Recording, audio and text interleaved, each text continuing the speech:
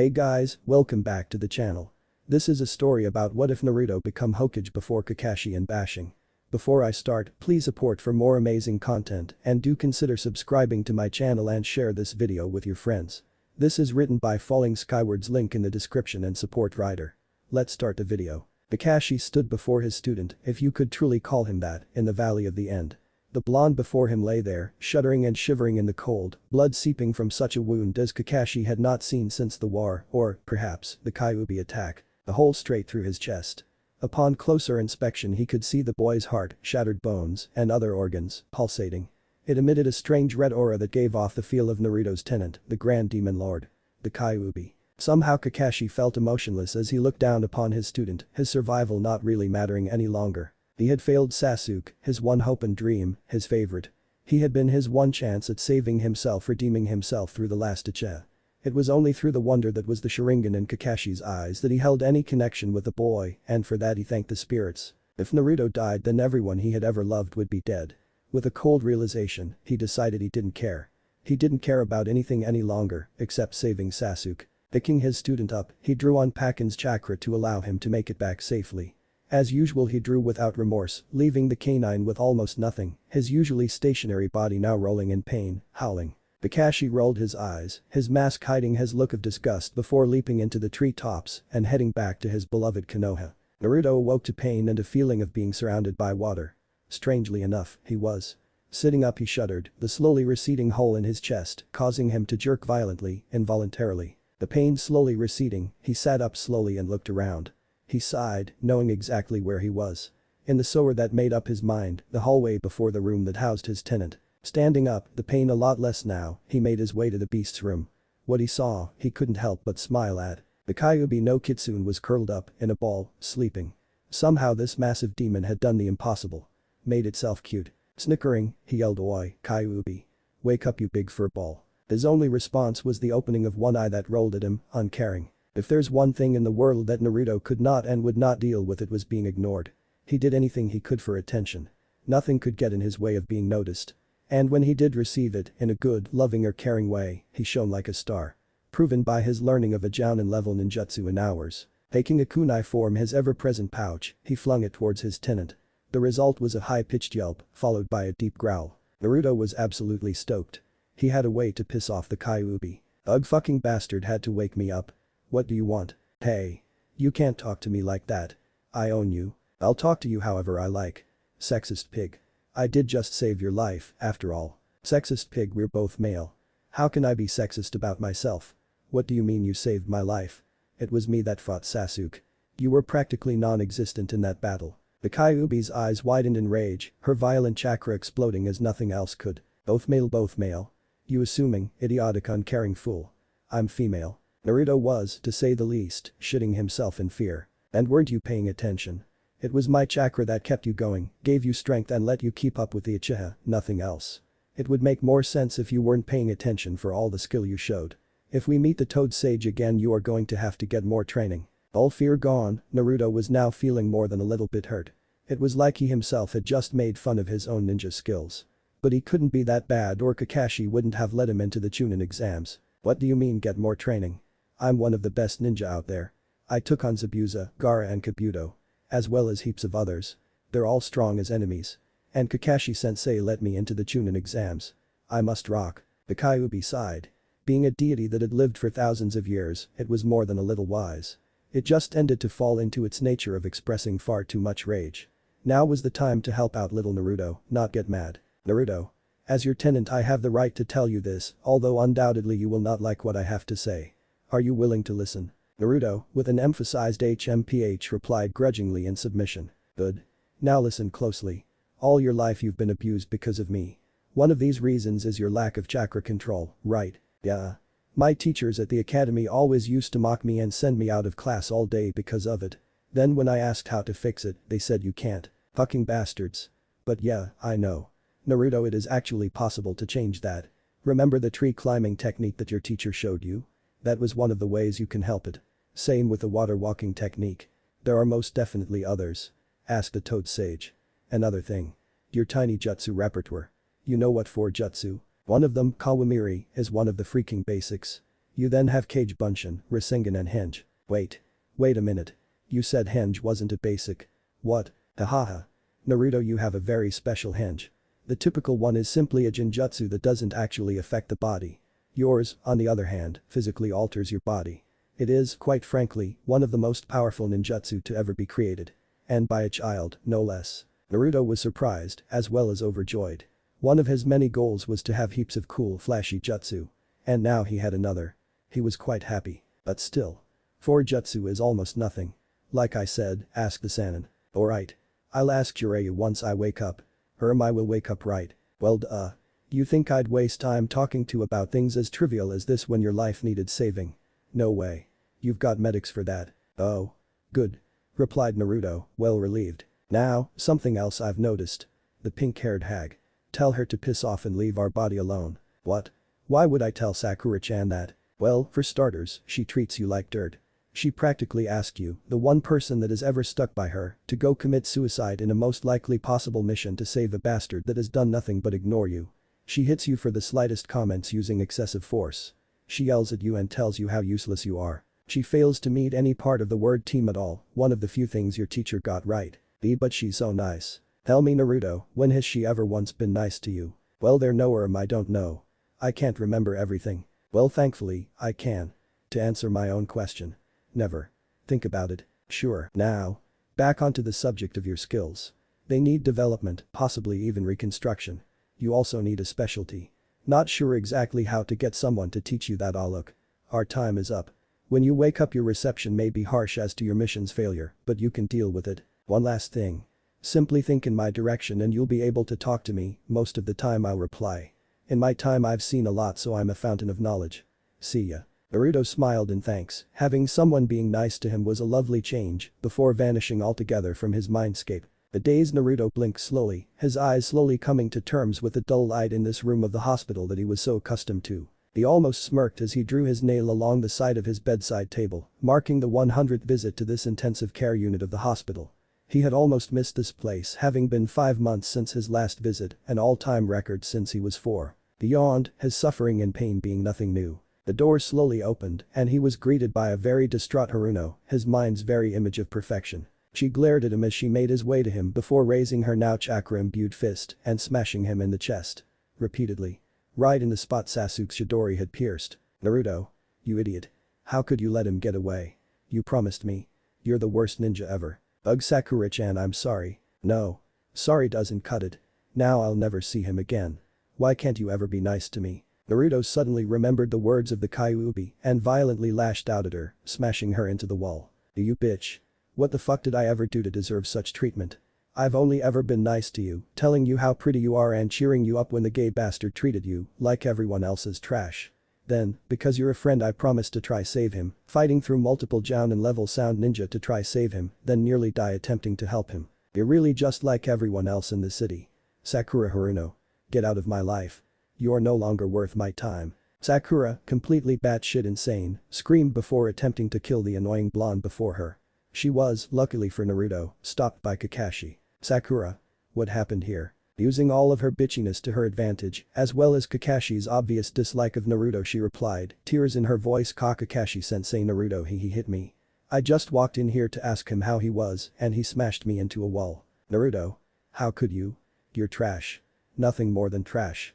I told you the very first day we became a team that those who do not care about their team are nothing more than trash. And now I'm utterly disappointed in you.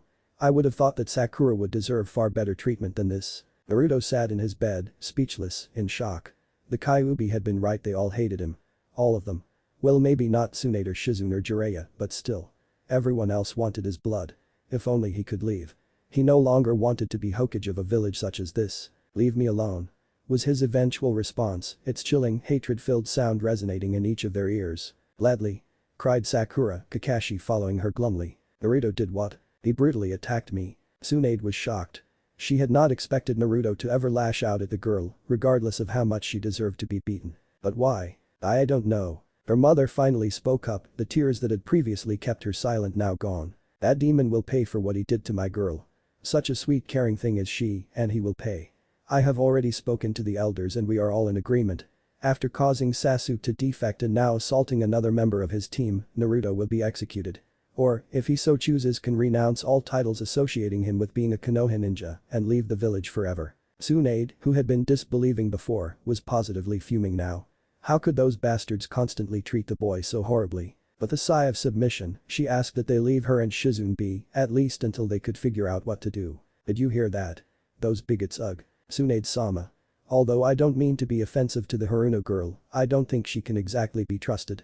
I suggest you get a Yamanaka to check both participants' memories. Sounds like a good idea. Taking a swig of sake straight from the bottle, she called for an anbu with a button on her desk. Immediately a member shunshin it in, wearing the cat mask. Boy, Yugao. I need you to go get me Ino Yamanaka. She's probably the only Yamanaka that doesn't mind Naruto, so I need her to check his memories over the last day. Then do repeat check on Sakura. Once you've got your info, let me know. Sure, Tsunade-sama. But first, may I ask? Why? Although it isn't actually your business, I'll tell ya.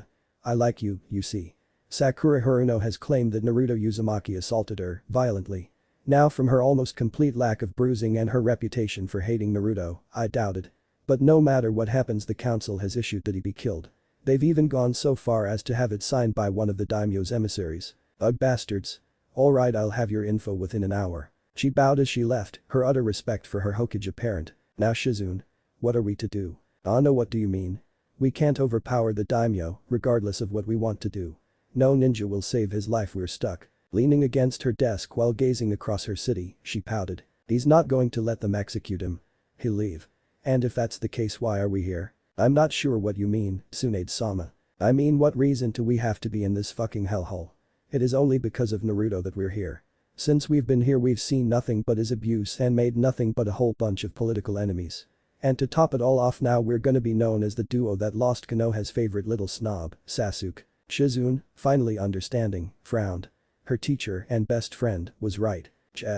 Fuck this, Shizune. Let's get out of here. You, me and Naruto, back on the road, like old times.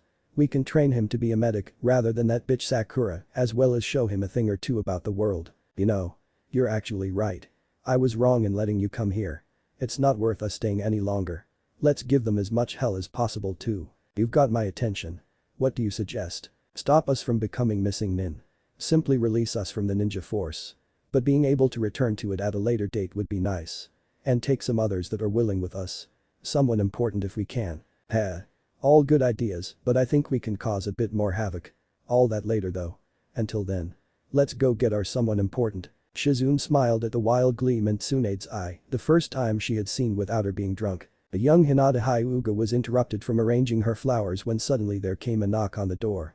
Blushing madly, she made her way over to find none other than the Hokage and her assistant before her. Hey. With that simple, disrespectful greeting, the two made their way into her room, Shizune being dragged unwillingly due to their lack of welcome. Hinata was shocked by it, courtesy being the staple food of her household. Are we in private? Receiving a curt nod, she continued, good. Look, you like Naruto, right? Like you're mad about him.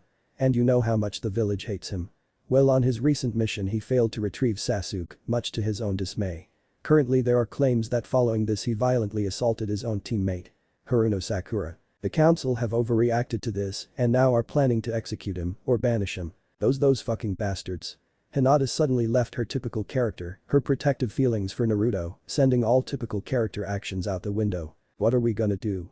We have to convince them to stop. You can't let this happen. You're the Hokage. Hinata, I'm sorry. As much as I wish I could cancel this, I cannot. The daimyo has stamped approval on it.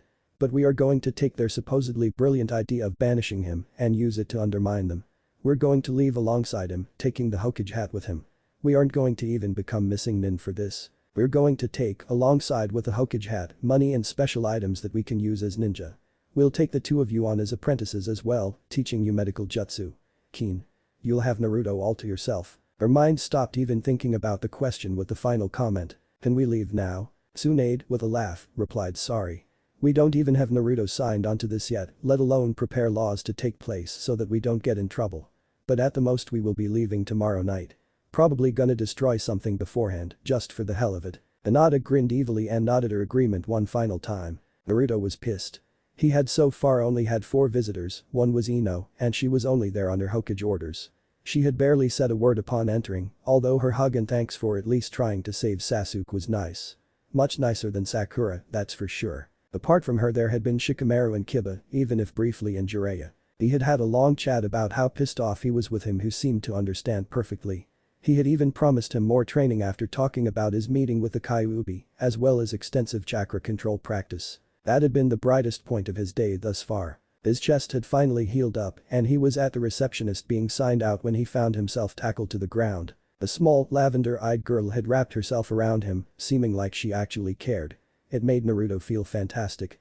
Shortly behind her was Tsunade and Shizune, both with fake smiles. He could tell they were grim and apprehensive about something. "Boy, Granny Tsunade. What is the matter? Naruto. Come with me. We must talk." Naruto, usually one to ask questions, could sense just how serious she currently was, which made him uneasy, although he followed her into his room without question. "And you're serious about the whole execution thing?" "Dead serious, Naruto. Those bastards want you cut into fours, your body eaten, your head stuck on a pole at the city gate and the pole set on fire. To say the least," was his response from Tsunade, who had just finished her arduous explanation for the second time in the day, with the added info from Ino. Turns out Sakura had hit Naruto, not the other way around. Sakura also had something wrong with her and was going to be checked out more thoroughly by the experienced members of her clan. Naruto, who had recently begun looking inward to focus on things around him, finally nodded. "Alright. I'm in. Then again, how could I not be? It's either this or die, horribly, as you described before." Tsunade smiled, although already expecting this answer, it was still nice to hear. The blonde Hokage then stood up, appendages wobbling. "Come on, Naruto. Let's go. You need to get some things ready, such as ninja tools and anything else you want to bring with you. The other two are already gearing up. Meet me in my house at nightfall, around 9 o'clock, my office. We could well be leaving tonight if we get everything finished." "Alright. See you then." Naruto now stood before his old, shoddy, empty apartment building, the metallic fencing around it doing nothing beneficial for its sterile image. The cracked walls, fading paint and never-ending cold that seemed to emit in this area brought back cruel memories. Thoughts of being assaulted, stolen from, insulted and tormented filled his defiled mind. He would not miss this hellhole, not one bit. He shoved chakra into his legs, ignoring the stairs. As he made his way up he realized he had misjudged the distance significantly and was now going to miss, possibly impaling himself on the sharp barbed wire he had recently erected, or perhaps one of the many traps around the place. Through sheer instinct he shot chakra out of his back, propelling him forwards. Hurtling forwards it looked as though he would not make it. Through sheer luck he landed on the railing, although he was angled at 90 degrees off the rail, hanging as though a lantern for a festival. Shoving chakra to his feet he forced himself to remain in contact with the metal railing. Using the same technique he had just used he emitted a blast of chakra out of his back, bringing him back to a vertical position. Nifty. A new technique. He thought to himself. With his feet now set directly upon the railing alongside the path that led to his door, he slowly began to feel more and more confident with his movement as he walked up and down the length of it. It was similar to the tree climbing and water walking exercise, although slightly more difficult due to the different substance, as well as the area he was able to emit from. "Boy, Kyuubi. Is this what I think it is?" "Aye, Naruto. It's helping your chakra control, quite extensively in fact. Konoha's most unpredictable ninja comes through again, nah. Heh. I suppose so. Cheers, I'll share this with the girls." Suddenly feeling a lot closer to his inhabitant, he smiled before making his way inside. The Kyuubi had been nice to him of late, the least he could do was to return the favor. As he went around collecting his things he contacted the Kyuubi again. "Hey Kyuubi. I was just wondering. Seeing as you're stuck inside me, quite possibly for a long time, is there anything I can do to make your life a bit easier?" "Wow. I'm surprised you asked. But actually, there is. You've noticed how fucking damp it is in here, right? Well, if you go ask a Yamanaka or Genjutsu user to help out, they can teach you how to mess around with things. Such as opening all the doors in this place. It's one of the reasons you're a lot worse of a ninja than you could be, you have almost no access to your memories. That's both of our faults. Your subconscious mind trying to protect yourself and me trying to stop you from suffering. I had no idea that the combined efforts would result in this. Sorry. You mean I can get a lot better with almost no work? I'll go get Ino once I'm done." Naruto replied happily. As the door shut behind him, Naruto looked around the room that made up Ino's flower shop, smiling. This had always been a nice place in his opinion, the colors and smells of the room setting off a strange peace in his mind. Gazing up and down the rows, colors bouncing at his mind forming a fractal, he noticed his target. Ino. Making his way over to her, he realized he had no idea what to say. When he thought about it, he realized he had never held a proper conversation with a girl his age before. They always told him to shut up, with the exception of Hinata, who just fainted. Strange girl, that one. Frantically considering how to begin a conversation, everything sounding too idiotic for a girl like this, he was shocked to hear. "Oh. Hey Naruto. What do you want?" Hearing such a simple, clean question made him smile. Not many people spoke to him as though he was human. Hey Ino. You know how you were looking around my head earlier? Well, I was wondering if you noticed anything weird in there. Ino almost laughed.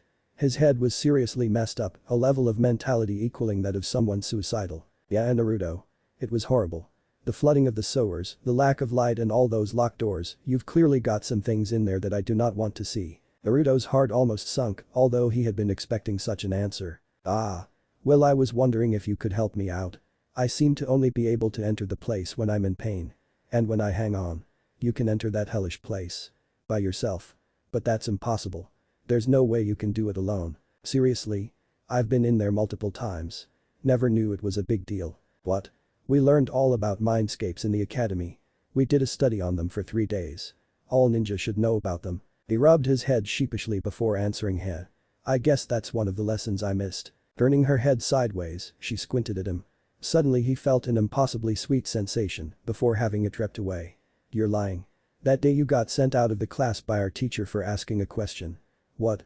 They wouldn't let you back, and that is really weird. Well, to be honest, now that I think about it, the teachers did send me out a lot. At least they didn't beat me. Why would they have beaten you? That's silly to even bring up. Well, you see, I get beaten a lot. By adults, or ninja. Occasionally it is really serious. Like life-threatening serious. Actually, most of the time it's like that. Ah well, I guess I have simply gotten used to it. That's horrible. How could someone ever hit you? You're such a nice guy. A bit annoying, sure, but you always mean well. Naruto shrugged in response, the sheepish rub returning. Anyway, I was wondering if you could help me out with some of the things in my head. Sure, Naruto. Although I'm a bit busy at the moment, I can meet you at your place around 9 o'clock. HRM. Sorry, at 9 I've got a meeting with the Hokage. And after that, well, it's confidential. But if you can come to her office around then, it should be all good. Confidential, I bet you and her are gonna have a really special time with her. I mean, you have been spending a lot of time with her. Jiraiya would be proud. She said while poking her tongue out. Naruto simply rolled his eyes, smiled and left with a thanks. Naruto entered the room that was the Hokage's office, looking around this familiar room. The insignia on the wall, the desk, the chairs, everything he saw in a strangely new light. During his time on his hospital bed, and while he had gathered his belongings, he had been thinking, unusual for this demon-cursed child. He was seeing the entire world in a different light, noticing them with more clarity, as well as noticing the people more along the lines of how they truly acted. Sign if it made him sad. Ah.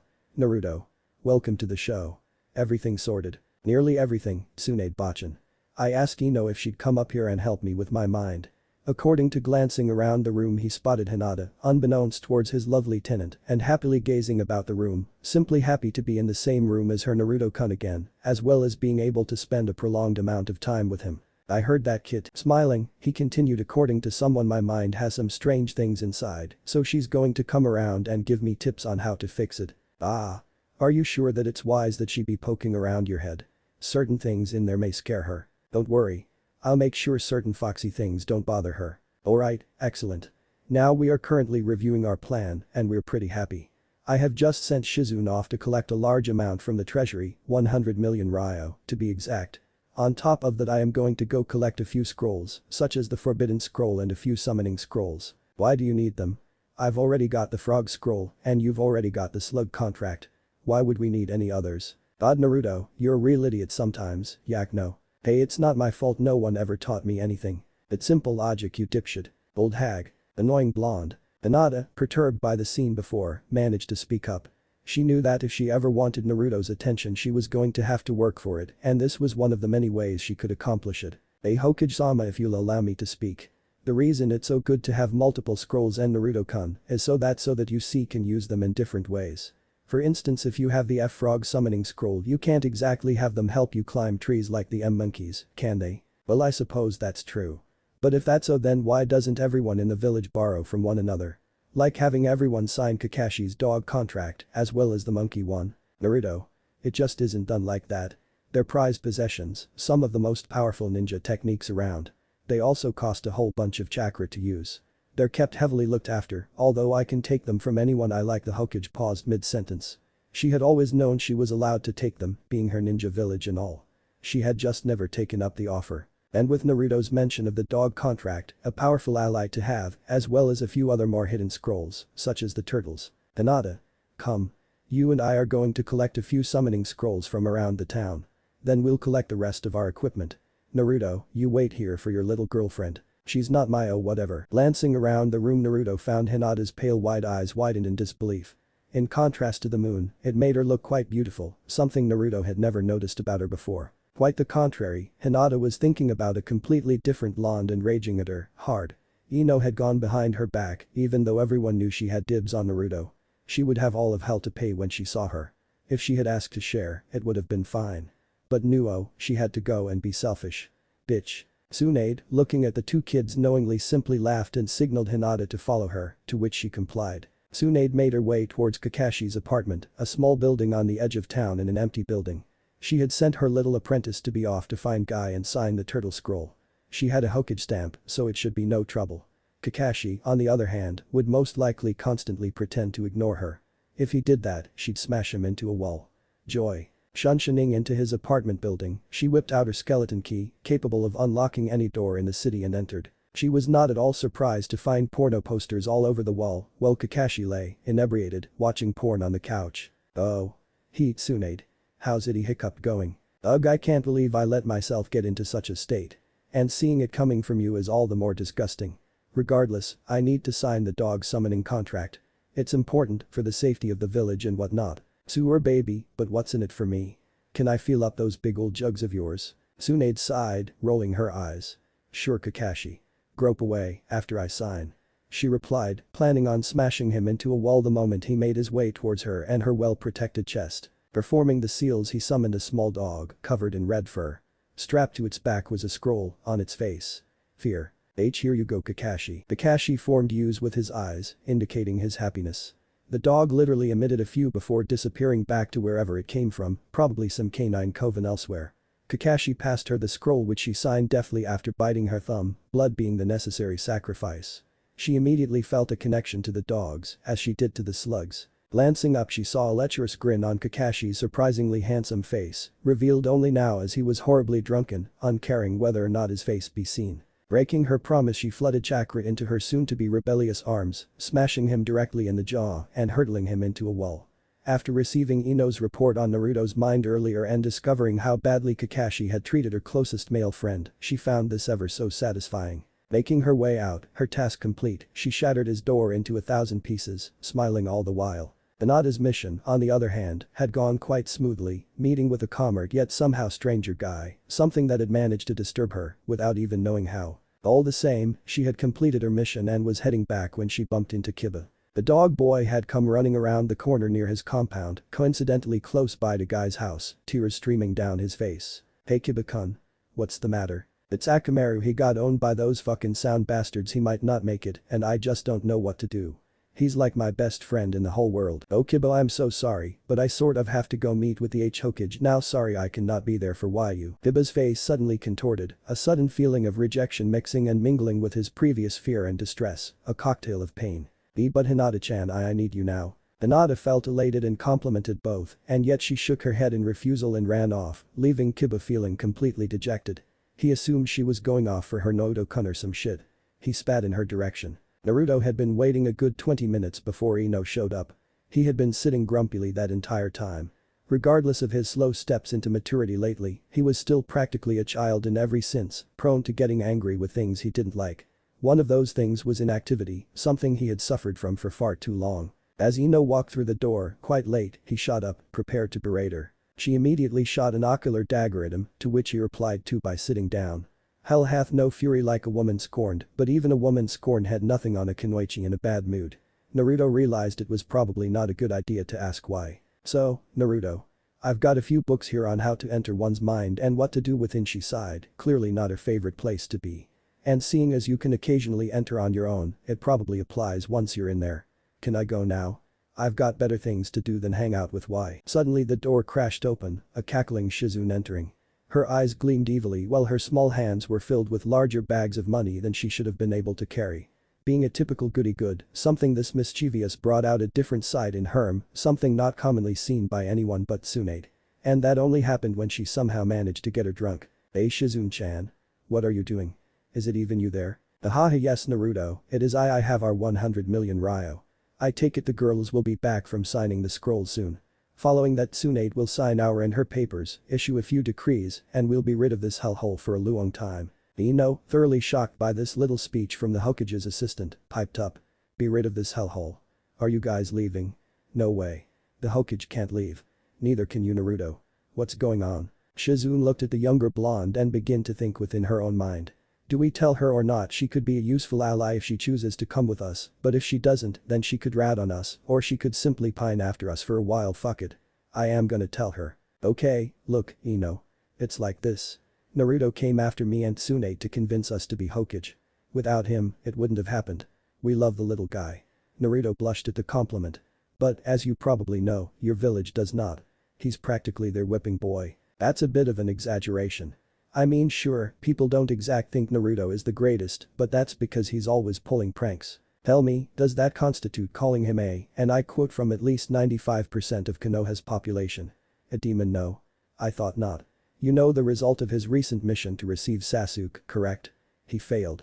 The council has claimed him now as forcing the boy to go, and, as you know, someone who assaults his own team members. They have now got the daimyo's permission to have exiled or killed, and they desperately want the latter.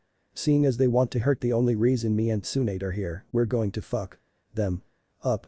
She smiled, flashing somehow sharp teeth. We're leaving, taking treasures and scrolls with us, as well as a lot of money. Oh, and Hinata. Should be fun. Ino was speechless. Her village could treat someone like that. Someone that acted so nice all the time. It was idiotic.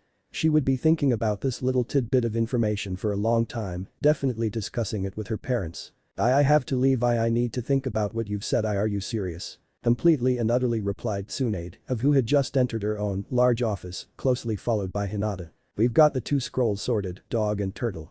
Now all we've got to do is issue some laws, collect some jutsu scrolls and blow this joint. Ino nodded, shocked into a silent stupor, and left, almost crying.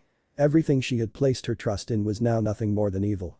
Pure evil, treating Naruto so cruelly. Thinking back, she remembered how during the academy Naruto had been so nice to everyone, chatting to them when no one else would, giving them all compliments, making jokes to cheer them up and so much more. But all anyone had ever done was treat him like dirt, seeing as it was the normal thing to do. How utterly depressing. Especially seeing how she had partaken in the tyrannical way they had berated him. Leaving, she shed a tear. The Hokage looked at her fellow blonde female and smiled, another one, perhaps, to join their ranks at a later date. Now, let's finish the job. I'll write out a few laws. You guys watch out for anyone that might barge in on us. She walked to her hard wooden desk, one passed down since her grandfather, pulled out a scroll and began to write. As the 5th Hokage, I, Tsunade Senju, hereby declare Naruto Uzumaki and Hinata Hyuga as Chunin of Konoha. Smiling at her first decree, she continued. As the 5th Hokage, I, Tsunade Senju, hereby declare that I take Hinata Hyuga as my second apprentice. As the 5th Hokage, I, Tsunade Senju, hereby declare that I take Naruto Uzumaki as my third apprentice. As the 5th Hokage, I, Tsunade Senju, hereby declare that Shizune, Hinata Hyuga, Naruto Uzumaki and I, Tsunade Senju, all be released from the ninja service of Konoha, and that all previous obligations are removed. As the 5th Hokage, I, Tsunade Senju, hereby declare that Jiraiya the Toad Sannin, hereby joins the ranks of Konoha's ninja, and is promoted to Jounin. As the 5th Hokage, I, Tsunade Senju, hereby declare Jiraiya to be my successor as the 6th Hokage of Konoha. As the 5th Hokage, I, Tsunade Senju, hereby declare the entire Hokage's collection of scrolls to become my property. As the 5th Hokage, I, Tsunade Senju, hereby declare Sasuke Uchiha is now seen as a missing nin and is set to Ko's status. As the 5th Hokage, I, Tsunade Senju, hereby declare that no ninja may follow me without my direct permission. Any that do are to be immediately executed. Now done with her task, she covered it with countless seals and traps, set to go off if anyone attempted to destroy the scrolls. Walking to the paperwork section of the desk, she reached in and pulled out some mission scrolls she had prepared earlier. 6 C ranks, 4 B ranks, 3 A ranks and 1 S rank. Happy with her now complete handiwork, she stamped a lot and made her way to the door, her small team following. The team raced towards her mansion, knowing that if they didn't make it out of town before midnight, then Anbu would see them leave, and the time before the elders realized what had happened and sent teams after them. Reaching the mansion that was Tsunade's house, they entered and made their way to a small library filled with countless pieces of fiction and history pieces from around the world. Their leader, Tsunade, then made her way to the far wall. Pulling a small green book from it, the wall itself began to recede into the ceiling, pulled by some unseen force. Each member of the team marveled at what was in front of them. Before them were rows and rows of scrolls on shelves, ranging through each of the 5 elements, clan-specific jutsu, ninja-style scrolls, medical textbooks too, and finally, the majestic forbidden section. As the girls began to seal onto bags, containment seals, and fill them with scrolls, Naruto's eyes were drawn into the clan section, as though some unknown power was calling him. Walking alongside columns, he could spot names of clans such as the Aburam, Akimichi, Haruno, Inuzuka, and so on. As he came to the end of the section, there were 4 especially large scrolls on platforms, as though they were the best. As he looked them over, the one on the far right caught his eye. Namikaze was written on it, and he felt as though it belonged to him. Looking up, he noticed a red sign and some kanji. Seeing as he could not read kanji, he reached out to grab the Namikaze scroll, eyes wide and excited. From back at the end of the row, Hinata, who had been sent to retrieve all clan scrolls, had just spotted her love reaching towards the Namikaze scroll. Glancing up, she quickly read the warning sign. Do not attempt to open one of these 4 special scrolls if it does not fit your own bloodline. They have been set to fill any non-clan members with both poison and a violent chakra. It will cause immediate and irreversible death. Hinata looked back down as Naruto bit his thumb and ran the blood over the scroll, senses screaming at her to stop him. Naruto-kun. No. Stop. You'll die. Naruto, who had just finished opening the scroll, paused and looked up. Hinata.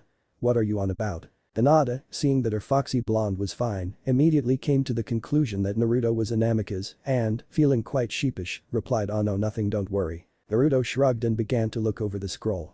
He discovered the language within was quite complex, and as such he would have to read it at a later date, hiding it in his pocket. He felt as though only he should be allowed to learn from it, seeing as it belonged to him. Shizune ran around to see what the commotion was about, finding a distraught Hinata and a confused Naruto. The 2 were simply standing there, so she yelled at them to work, which they immediately obliged, placing scrolls in countless bags. Once completed, they all followed Tsunade outside, everything set. Okay guys, the time is 11:04 p.m. That means we still have 55 minutes, tops, before we have to get out of here. We have 2 options. Leave now, giving us an extra 56 minutes at the least on the bastards in the city, or, the far more fun option. Wreck the city. I vote the latter. Seconded, Naruto piped up, to which the other 2 girls in the party nodded. So what exactly should we do? Was Shizune's question. Naruto, being the prankster of Konoha, smiled. Now that he had some willing aides in his pranks, he could pull off a lot of things he was previously incapable of. Alright guys, just listen up. The 3 adoring of Naruto females moved in closer to hear the blonde boy's plan, smiling brighter and brighter as he spoke. A good plan. As the party made their way out of the city at 11:48 according to Tsunade, they all chorused in laughter. It had been fun pulling off the prank, and Naruto now felt, for one of the first times in his life, accepted by his peers and colleagues as ninja. It was a great feeling. Alright guys, we better get going. But where to? The group pondered this a while before Naruto had an idea. How about Wave Village? Me and Team 7 did a mission there, and we saved it from this madman. They even named their bridge after me. It was sweet as. We'd definitely be more welcome there than anywhere else, at least for now.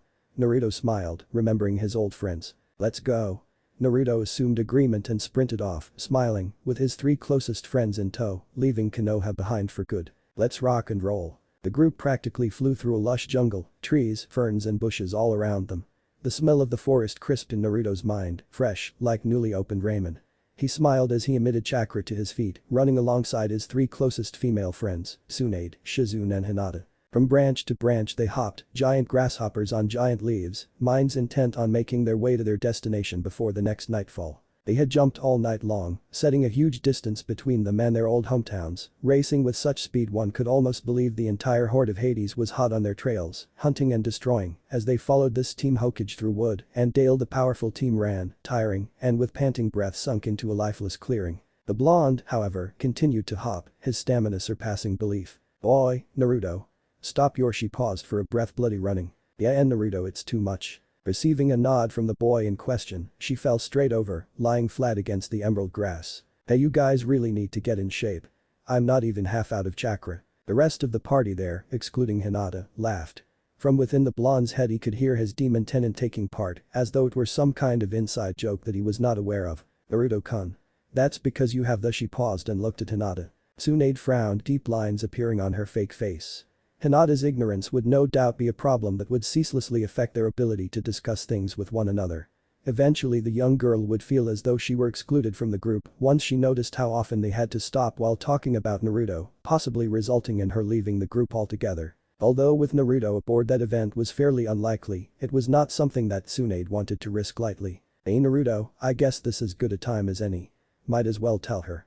Just don't be your usual idiotic self about it. Come on Shizune," she said with a sigh, might as well give them some privacy. As she walked off she winked at Hinata, giving her the impression that something wonderful might happen. "Aye, Tsunade.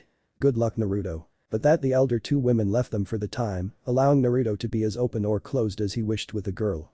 It would also allow him to have more trust in her at a later date, seeing as no one forced him into telling her his deepest secret. "Ah no Naruto what is it?" She poked her fingers together shyly, as was a habit of hers. With a blush she realized that this was something she didn't know about her love, something that simply would not do if she ever wanted to keep him hers and away from that bitchy cow Ino. Naruto sighed in remorse. He always dreaded the day he would have to tell people that didn't know about his condition. He had no idea how this girl he knew so little about would react. Come to think of it, he had no idea why she had even left with him in the first place. The two had never been close, only sharing a classroom for a few years in the academy. Sure, he had gotten revenge for her during the Chunin exams and set her cousin on a better path, as well as swear to help her out, but that didn't mean she'd completely give up her old life just to help him out, did it? Perhaps her family life wasn't too great. He didn't really know, never taking enough time to find out. But judging by Niji, it probably wasn't the best. On top of that the Council of Konoha had proven to be bastards. But still he felt like it was nowhere near enough of a reason for her to give it all up, practically without so much as thinking about it twice. "Alright, I'll tell you. But afterwards I want to ask you a question, okay?" She nodded, to which he smiled before beginning. "Okay, it's like this. Do you know when my birthday is?" "Sure. October the 10th. Eh? How did you know that?" "Oh no, I did some research on you before we left." Satisfied with her answer, even though it was a lie, he continued. "And do you know how old I am?" Once again she responded correctly. "Now what happened on October the 10th all those years ago?" "That'd be the Kyuubi attack on Konoha." "So? What's yo?" Her pale, creamy white eyes flung open in realization. She took a step back before steadying herself, dazed. After Gaara's attack on Konoha she knew that demons could be placed inside human hosts, making them Jinchuriki. She was a smart girl and added two and two together. Coupling her knowledge of Gaara with the chakra she had occasionally felt from Naruto, that frightening feeling that reminded her of when she was a little girl, the Kyuubi attack. Atop it she had heard countless whispers of demon and fox brat whispered at her idol while stalking him through the streets during the days. Only one plausible conclusion came to mind. Naruto was the Kyuubi's jailer. Hinata smiled at her blonde friend acceptingly. Walking towards him she wrapped herself around him in a hug, something she had never been able to do before. But now, with this gift of trust, she felt as though she was at least acceptable in his beautiful cerulean eyes. She would do everything she could to bring herself higher and higher on his list of people, filling the gap that Sakura had recently left. Naruto, on the other hand, was shocked. A girl his age had accepted that he was practically the spawn of a demon and probably still wanted to abandon everything in her life for him. It stood beyond the cusp of reason, yet here it was before him. For one of the very few moments in his life he felt loved, accepted and a hint of joy. Wrapping his arms around her in return he realized that he needed to say no words as they would accomplish nothing, simply holding her would be enough to show his thanks. Tsunade and Shizune had re-entered the forest, leaving the seemingly dead clearing behind. Before them they could sense the forest through use of their chakra, teeming with animal, bird and plant life.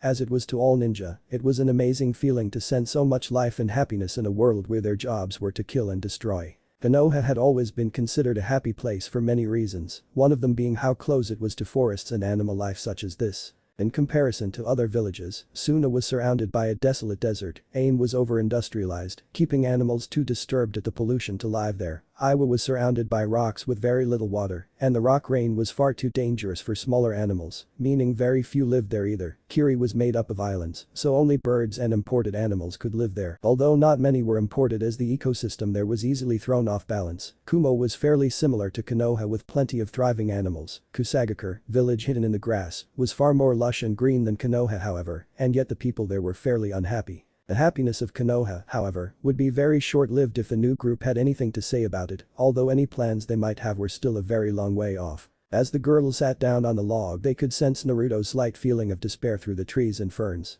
Clearly telling people about his tenant was not something he was used to, nor was it something that made him feel at all comfortable.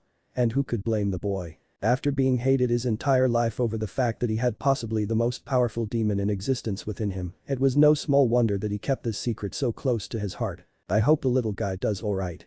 But I think I can safely say she'll accept him. Was Tsunade's comment. Yeah. You're probably right. Anyhow, we might as well do a check over what we have to make sure we get good use out of everything, rather than let it go to waste. Unsealing their bags they found themselves covered in different materials, weapons, appliances and scrolls, as well as a pretty hefty amount of cash to top it off. Alright, let's go through this systematically.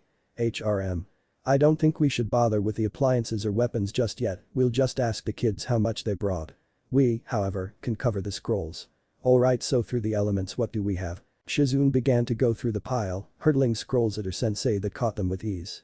Once the entire collection had been removed from their pile of stuff, they began to review. Alright, so I'll mark each lightning scroll with a yellow mark, each water scroll with a blue, each earth with a brown, each fire with a red, and each wind scroll with a black mark.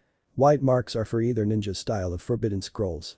Each mark on the scroll signifies the rank of the jutsu within. For example, an E-rank water scroll would get 1 blue mark, whilst an S-rank earth scroll would receive 6 brown marks. Understood, sensei. Indeed, Shizune, I'm not an idiot was the reply with a smile from Tsunade. The two dug into the pile with a strangely happy fervency. As Naruto and Hinata broke their friendly embrace, one that had lasted a minute, far longer than he had ever experienced, he smiled. He had a true friend his age for the first time in his life. To anyone else that would be depressing, but to him it was a fantastic feeling, the knowledge of no longer being alone in the world. Come on. Let's go see what the other two are up to. By now they've probably realized I brought way too much stuff. Heh. Naruto rubbed the back of his head sheepishly, ruffling his yellow curls. Hinata smiled and nodded, slightly less shy after their brief physical contact. She was elated beyond all reason although she'd never let it show. As a Hyuga she was still somewhat proud, regardless of her horrible self-image. Activating her Byakugan she immediately found the old pair, surrounded by more life forms than she had seen in a long time. All clearly forest animals and insects. Hamon and Naruto-kun. They're just over there. Nodding, he ran towards them holding her hand. The sudden contact caused her to stop dead in her tracks. Even the slightest bit of romance was still too much for her. Not expecting the surprisingly strong resistance, Naruto was flung headfirst into a tree. Even a good 90 feet away the Hokage and her assistant could feel the sickening crunch as bones shattered. The old ex-head of Root slowly made his way out of bed, moaning in pain as his old bones complained at this sudden end to their relaxing.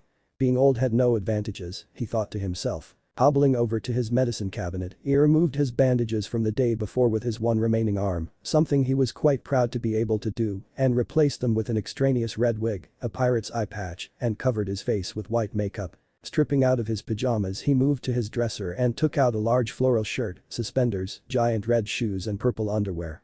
After getting redressed he found himself happy to be in, what he thought was, his normal attire. Little did he know that he was both heavily intoxicated and under a genjutsu, as well as having his metabolism and mind sped up to counter the more visible effects of being drunk. As far as he knew, his mind was in perfect working order, and he was wearing his same old bandages, ointment and traditional clothing.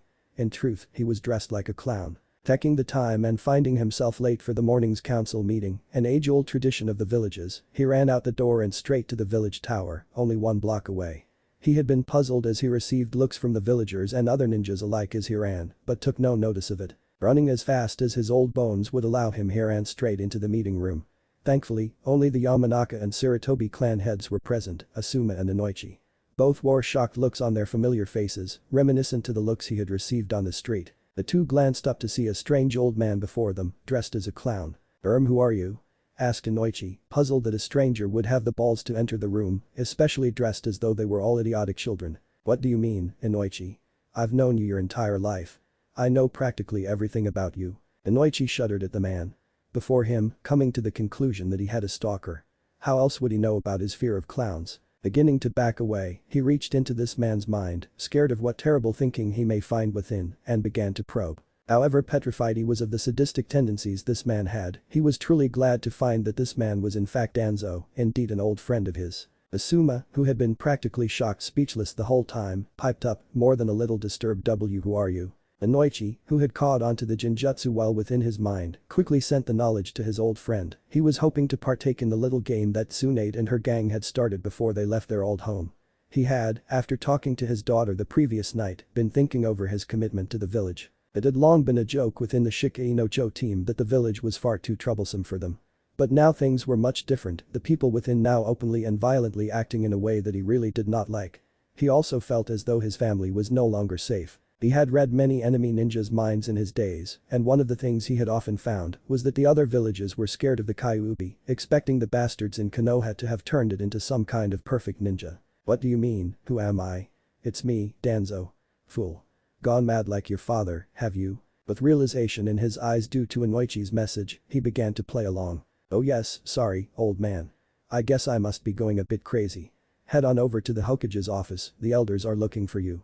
It's fairly urgent, as this message says. They've been up there all morning. No one has even seen them yet. Very well then. Good day to you. With a honk of his red nose, meant to be a scratch, he made his way out of the meeting room. As soon as the mahogany door was shut behind the old madman, the two broke into raucous laughter. It had been a hilarious sight to see. Regaining their composure returned, they got back to their secretive discussion. Half a minute later Asuma cried, as Inoichi had the night before, the elders wanted what? After picking up the entirety of the objects they had brought, the two females ran over to where they assumed Naruto had hid, ending up in the exact place. They weren't thought of as genius ninja for nothing, after all. Looking at her newfound third apprentice, Tsunade shook her head. Sometimes, he could really be an idiot. Ugh, Naruto, how on earth do you always manage to be so clumsy? Receiving no response, she checked down on the blonde. She was almost embarrassed to find him unconscious and that she had been talking to herself this whole time. Shizune, to her right, burst out in laughter at her silly sensei. Glaring at her first apprentice, she noticed Hinata getting up off the ground, clearly dazed. Oi, Hinata-chan. What happened here? All we know is that the two of you were unconscious and Naruto probably has a concussion. Completely ignorant, she looked up at her new sensei before her eyes trailed towards the handsome blonde. Naruto-kun has a concussion. Clearly distressed, she ran over to her young love. Oh no, I'm so sorry as always, it's my fault. He grabbed my hand, which shocked me, and I pulled backwards as I fainted. I must have sent him off balance. Her eyes began to water. How could she hurt him? He would no doubt hate her. Tsunade, pretty sure of what the young girl was thinking, put on a half smile and crouched down beside the Hyuga heir. Hinata. Listen to me now. Naruto would never hate someone as nice as you. Although a bit thick at times, he'll be able to realize it was an accident and won't even think twice about it. He'll still think you're wonderful. Now, listen closely. I'm going to quickly teach you a medical jutsu, as me and Shizune planned all along. Shizune, get the medical basics. Head injuries out, would you? Shizune nodded and complied, finding the textbook easily amongst the now well-sorted pile of scrolls. Tsunade graciously took it from the raven-haired girl, flicked to the right chapter, and began to explain to Hinata just how to resuscitate someone from being in a coma, one of Tsunade's specialties seeing as she induced so many. Hinata looked up from the textbook after around 10 minutes of thorough reading, happy she was capable of performing this task. It drew on some other principles she knew from her previous studies of medical jutsu, as well as following a few paths of aromatherapy, something all Kunoichi were trained in. You ready? Tsunade asked, the ground next to her littered with scrolls of the air rank and above. She and Shizune had been planning on what techniques to begin teaching the kids, as the old teaching method in Konoha was so horrible. Barely any ninja knew more than 5 ninjutsu techniques, excluding clan moves. Take Naruto for example. He had learned a Jounin ninjutsu in mere hours, no mean feat, yet to the date he had only learned one other ninjutsu, as well as signing a summoning scroll. And the latter had been all but useless to him. Both would be changed, and fast. Regardless, Hinata had just learned, in theory, her first theoretical chakra using medicinal jutsu. She felt pretty impressed with herself, as was shown by her face. Hinata, who had been throwing the question around in her mind, nodded. For the first time in a while she was quite sure of herself. And Naruto needed her. Good girl. Now, come over here and show me. We'll teach Naruto next once he's awoken, then well you'll see later. If he survives, that is. She finished evilly, no idea as to just what effect she'd have on the younger female's confidence. If he survives. Oh no, you didn't tell me about that. Hinata's face began to contort as she considered the new possibilities of what would happen if she made a mistake, as she surely would. She always made mistakes unless Naruto was there to believe in her. But she'd have to do it. For him. As she made her way over to him, she began to question just why she had to do it. Tsunade, why do I have to perform this procedure if it's so dangerous? Shizune suddenly thought up a good answer, fielding the question for her naturally brash sensei. Hinata, we want to show you that we believe in you and know that you come through for us, as you surely will. Shizune then let out a broad smile towards the pale-eyed girl, followed by a giggle. Hinata-chan, you're a bright girl. A great ninja, believe it or not. We just want to show you that you are. Now go on, I believe in you. Hinata, feeling a lot better now that she had someone willing to trust her so readily, continued towards the cerulean-eyed boy as he lay, breathing softly, before a great tree. Going through the required hand seals, she placed her hand on his head. She somehow managed to kill off any romantic feeling for the moment, knowing that a crush was worth far more alive than her feelings were. He was simply more important than anything else on the planet. The green aura shot from her hands, coating his head and coaxing his mind out of its unconscious state. She felt her way through strange, unexplored pathways, new and amazing messages being sent to her brain. It was exhilarating, as well as strangely liberating to know she was in both the process of aiding her Naruto-kun, as well as having learnt a new jutsu seemingly successfully in such a short space of time. Sensing his brain begin to whir with consciousness, she removed her adventurous tendrils from his mind, slowly, carefully, as the book had implored. Smiling with her task complete, she noticed both Tsunade's and Shizune's hand on her shoulders. She felt welcome alongside them, which was something she desired. But the cough, Naruto sat up, dazed as she had been only half an hour earlier. Whoa. What happened? I feel like I just had the best sleep of my life. It's awesome. Actually, Naruto, you whacked your head on a tree. Clumsy idiot. Hey, shut up, grandma. Not my fault. Oh really? Then whose fault is it? Tsunade replied with a smirk. The bastard instructors in the academy, of course. Idiots never taught me anything about balance, and Kakashi never took the time to notice. Too busy reading, I suppose. Hinata let out a breath that she hadn't known she had been holding. Regardless of the cliché that was her life, she was glad to know that Naruto didn't even consider it her fault. Then why didn't you tell him? Idiot. I tried. He told me to ask Sasuke team. Well Naruto, I guess that's just something we'll have to work on getting you up to scratch within our training. Speaking of training, I forgot to mention. You're going to be learning medical ninjutsu, whether you like it or not. Sure. It'd probably be pretty useful. Regardless of how well I heal, I'd like to be able to save you idiots when you mess up. Oh shut up Naruto. It was Hinata that just saved you then. And guess who messed up? Not her, I can tell you that. Oh really? Thanks Hinata. I owe you, big time. The girl in question merely blushed, humble that Naruto would be gracious to her for anything, when, in truth, he owed her so much more through his constant encouragement. Anyway, she saved you. And, for learning a medical ninjutsu, she gets another. But to top it off, she gets to learn a jutsu. For such a simple task I think we'll give you a B-rank water jutsu. That is your affinity, right? Yes, that in the earth style. Alright then. Once we reach wave I'll show you. Till then, let's get a move on. Hang on just 1 minute. How come she gets to learn both medical and ninjutsu and I get nothing? Because she just learned a medical ninjutsu and you didn't. Well then here's an idea. Teach me. Bloody old women. But that attitude, I'm not teaching you a thing. Outing, Naruto gave up. Fine. I'm sorry. Can you please teach me that medical ninjutsu? Heavily smirking, she replied sure. Why not? I guess I do owe it to you, seeing as you're my apprentice and all. Ugh, maybe I shouldn't have made you so. Shoving chakra to her feet, she made it halfway to a branch before. Tsunade, wait. My god, what is it now Shizune? She questioned, voice impregnated with rage. Perhaps there's a better way to travel than by running. Yeah, Shunshin, but neither of these two know it.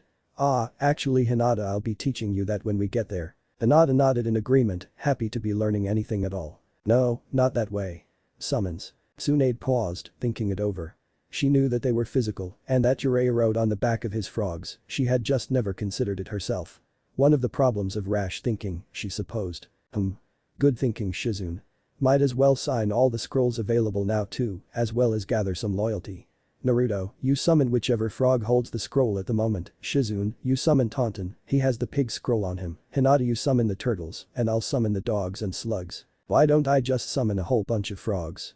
I've got the chakra for it. Because, Naruto, it's far better to have more summons than less. It opens up your options further, as well as allowing you to defeat other summons. There are, in special cases, weapons that each scroll has for certain members, such as Orochimaru's Kusanagi. According to legend, each animal has some sort of weapon, it's just bloody hard finding each. Satisfied with his leader's answer, he continued as she had asked. In any onlookers there could now be seen huge bursts of chakra as the 4 members of this rebellious team summoned 5 summons, no simple task. Ugh, that's the last of them.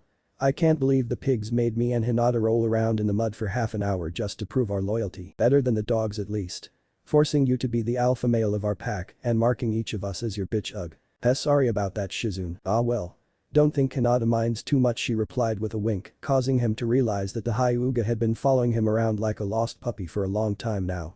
Even during the mud bath she hadn't stopped staring at him, her gaze unbreakable. Hinata.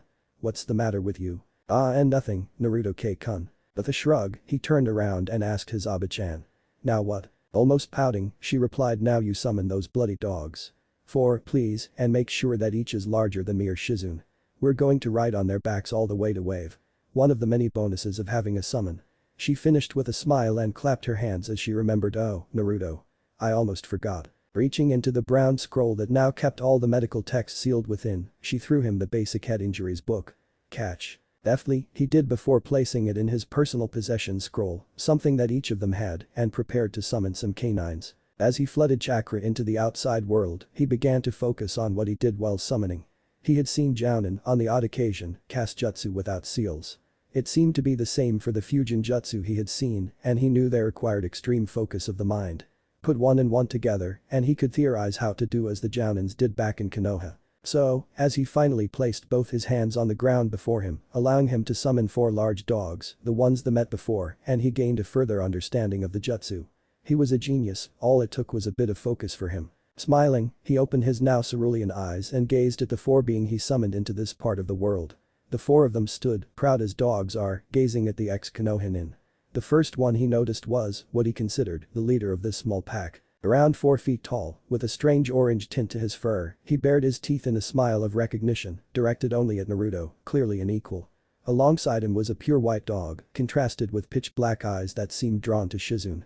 On the other side of the leader was yet another mutt, this time with a bluish tint to its muscled frame. And behind the trio was an almost angry-looking dog, on his face seemed to be a look of contempt at the simple fact that he was no longer at home. The group of 4 were muscled in amazing ways and emitted chakra levels close to that of a Jounin. They were clearly no pushovers, the group was glad to have them. How's it, pup? Was the leader's first words, followed by the name is Sky. Not to be confused with the limitless expanse above us, although I do have a fondness for it. Sheepishly, it scratched the back of its head with its paws, something only Hinata recognized as Naruto-like. On my left, the white one, is Rita, but we call her Cole. Rita could clearly be seen rolling her eyes, obvious disdain for this nickname.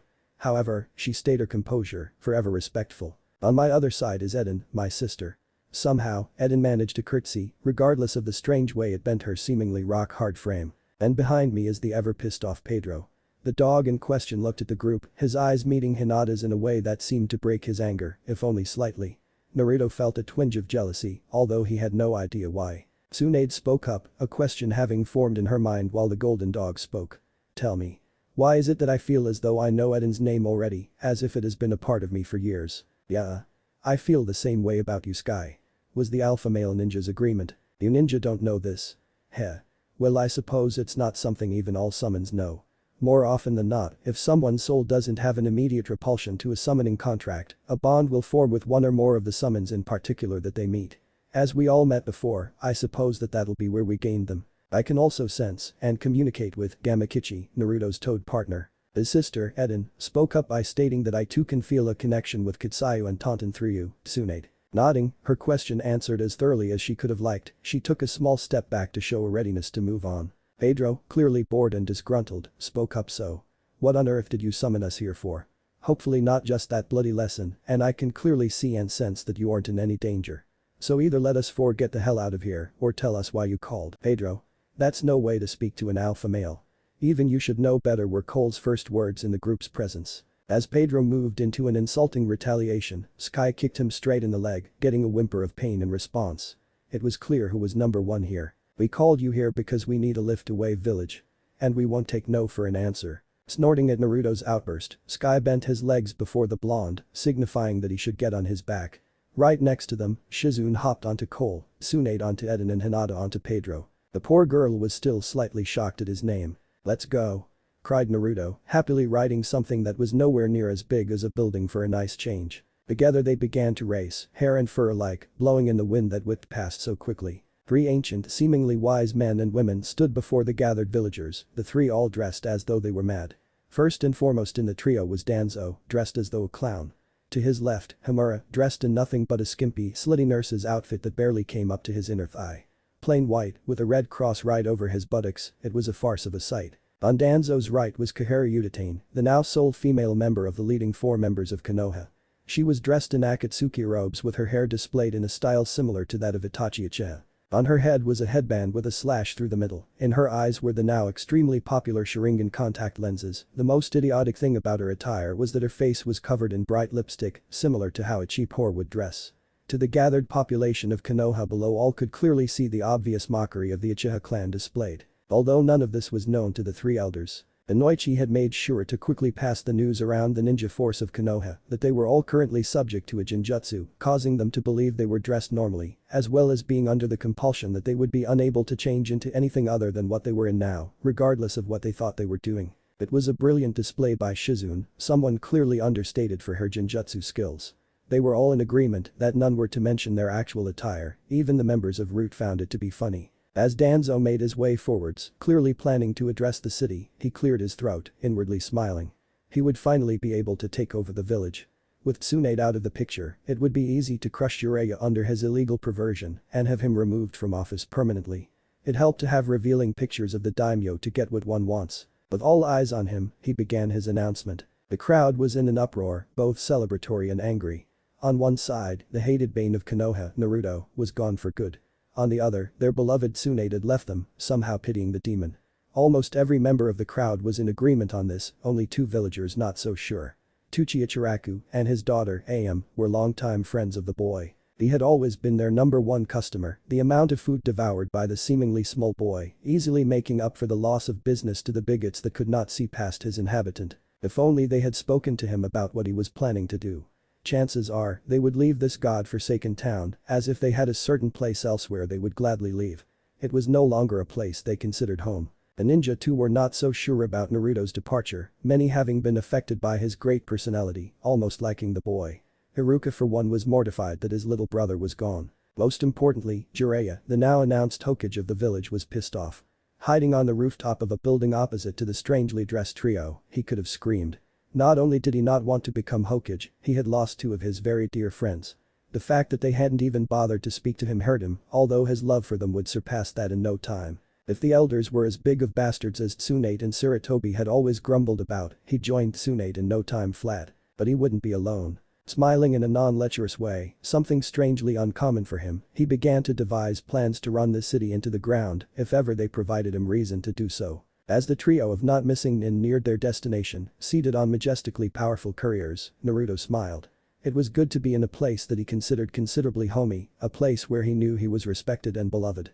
They had even named their country-saving bridge after him. They had been running along the immensely long bridge for around 2 minutes, and they were very near their desired position. It was tribute to the dog speed. They had in fact been running for over 4 hours. Seeing their destination in his sight, Naruto cried, "We're finally here." Smiling at his allies, he was surprised to see Tsunade suddenly encased in ice, followed by Shizune and Hinata joining her.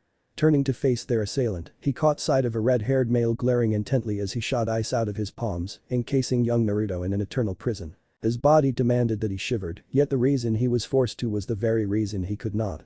He stood in suspended animation, his blonde hair defying gravity, his face plastered in a look of bewilderment.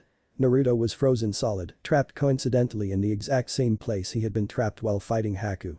He somehow retained his conscious mind, allowing him to take in exactly what was happening around him. He immediately felt sad, and his sky and the other summons dispersed, leaving a sudden hole in his mind that seemed to shriek, an addict gone cold turkey.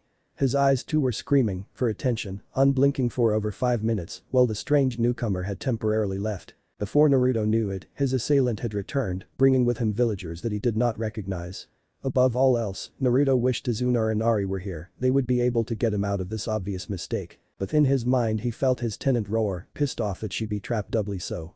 Within himself he felt her great power and rage swirling up, beginning to transform his very body, darkness starting to cloud his mind with rage, anger, and above all else, hatred towards the man he could relate only to Haku. But then he remembered his friends in this small, economically stunted village, the people he had often smiled and laughed with during his brief stay, those that he had shared blood and sad stories with, and, in all of them, those that he had risked his life for to protect.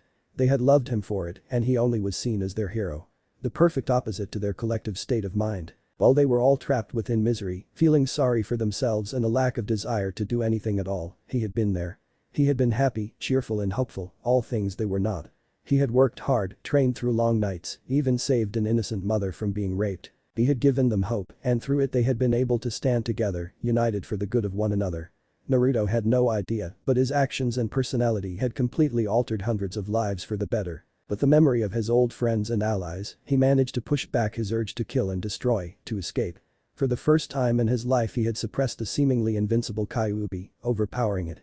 It was an amazing, uplifting feeling to know that he had been given control of the most powerful being on the planet, regardless of how he was treated. Forcing his eyes into a glare, as well as emitting a substantial amount of killing intent, he stared directly into the eyes of his jailer, receiving a smirk in return. He nearly allowed the dark rage to take over, wanting to teach the bastard a lesson.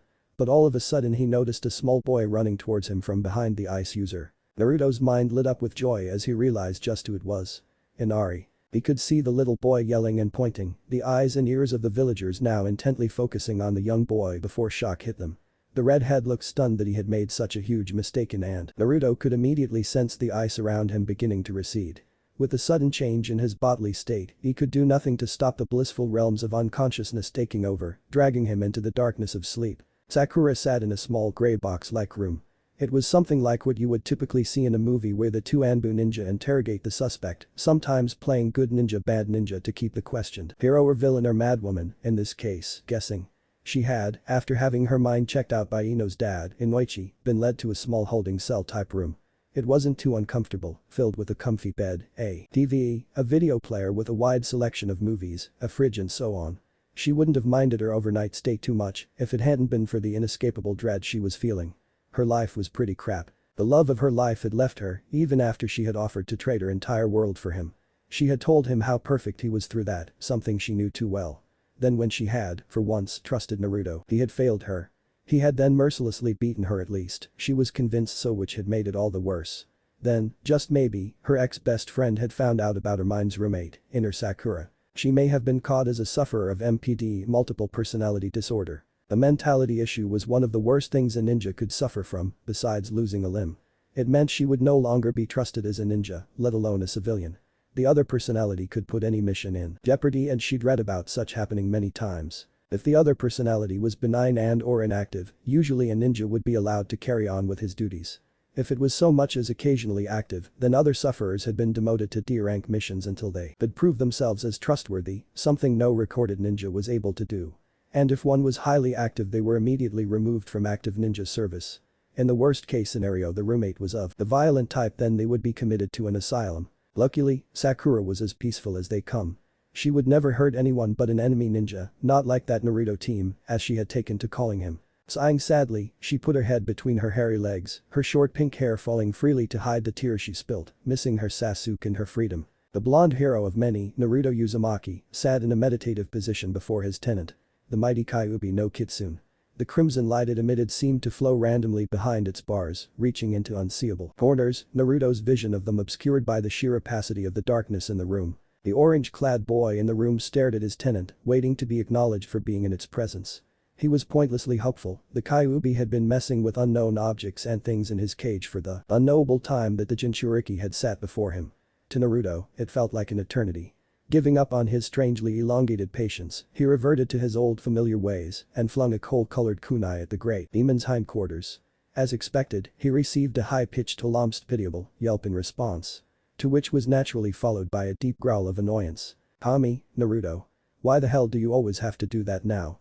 You could have, just asked for me to look at you." With his same old sheepish rub of his head, he realized he hadn't even tried to do that. Sorry, Kyuubi-chan. I guess I just didn't think. As bloody always. Anyway, stop talking. I'm trying to get rid of all this damned ice in your body. It's quite bad. Life-threatening, almost. It's not reacting well to me at all." In a very giving mood, the Kyuubi continued, "And, just because I can be so helpful, I'm going to teach you something about your Kage Bunshin." "Teach me something about Kage Bunshin." "I know, like, everything about it.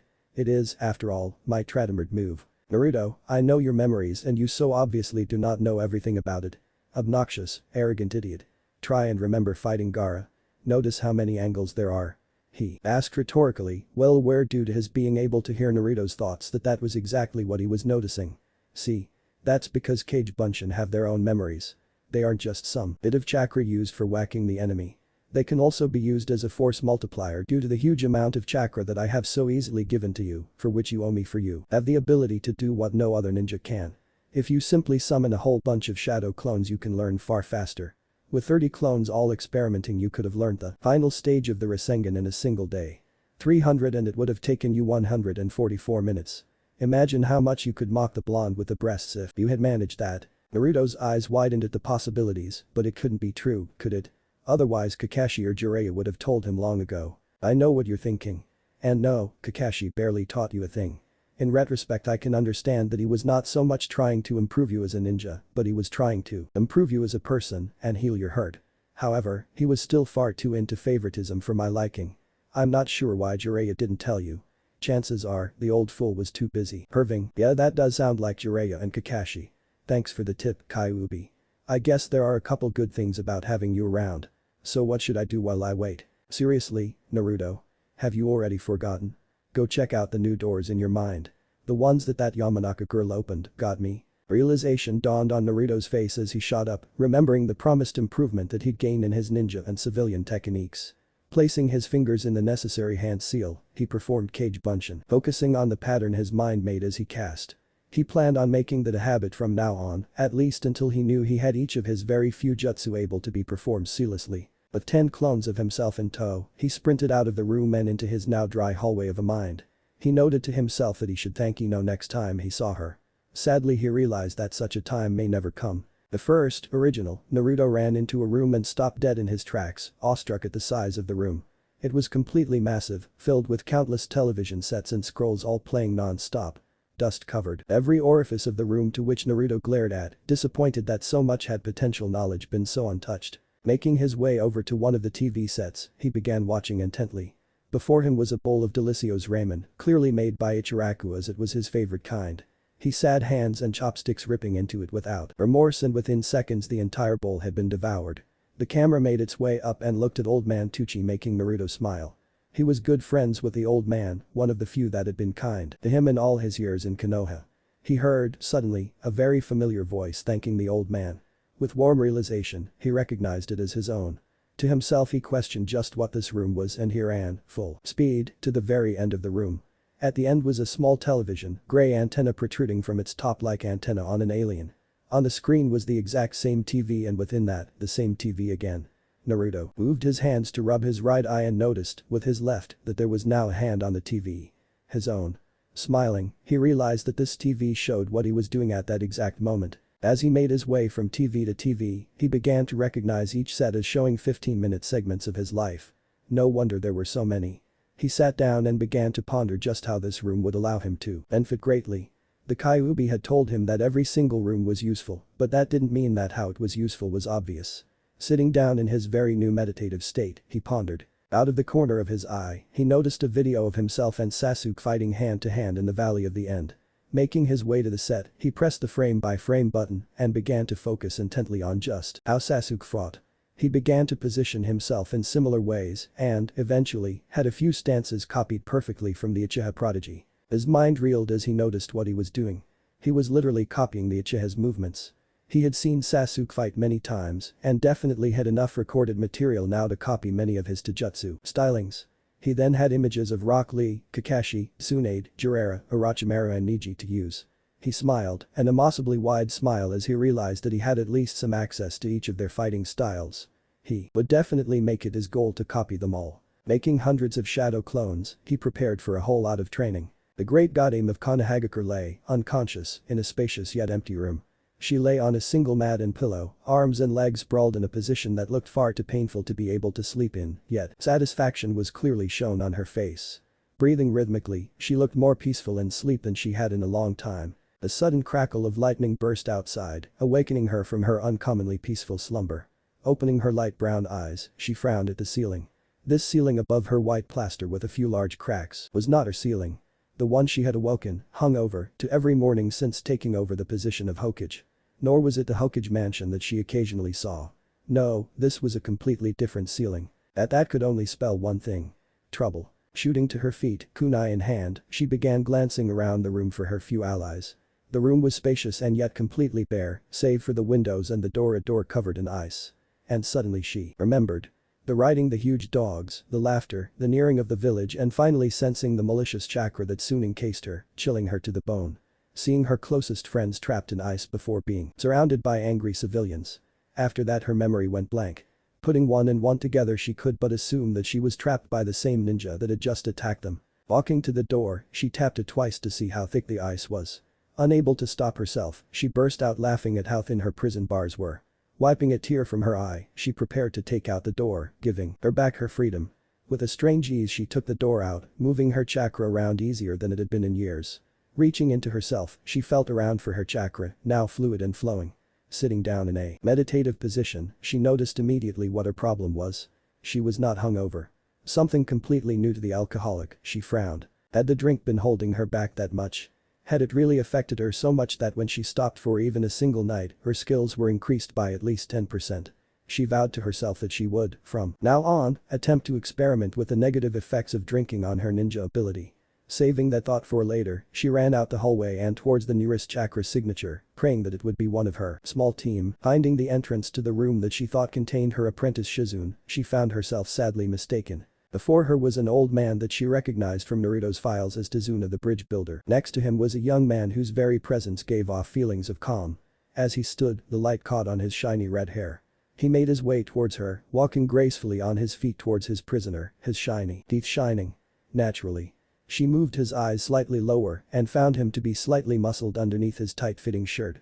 He was, quite frankly, quite sexy in her opinion. Hello there. You must be Tsunade. Who else would have the Godim's hat?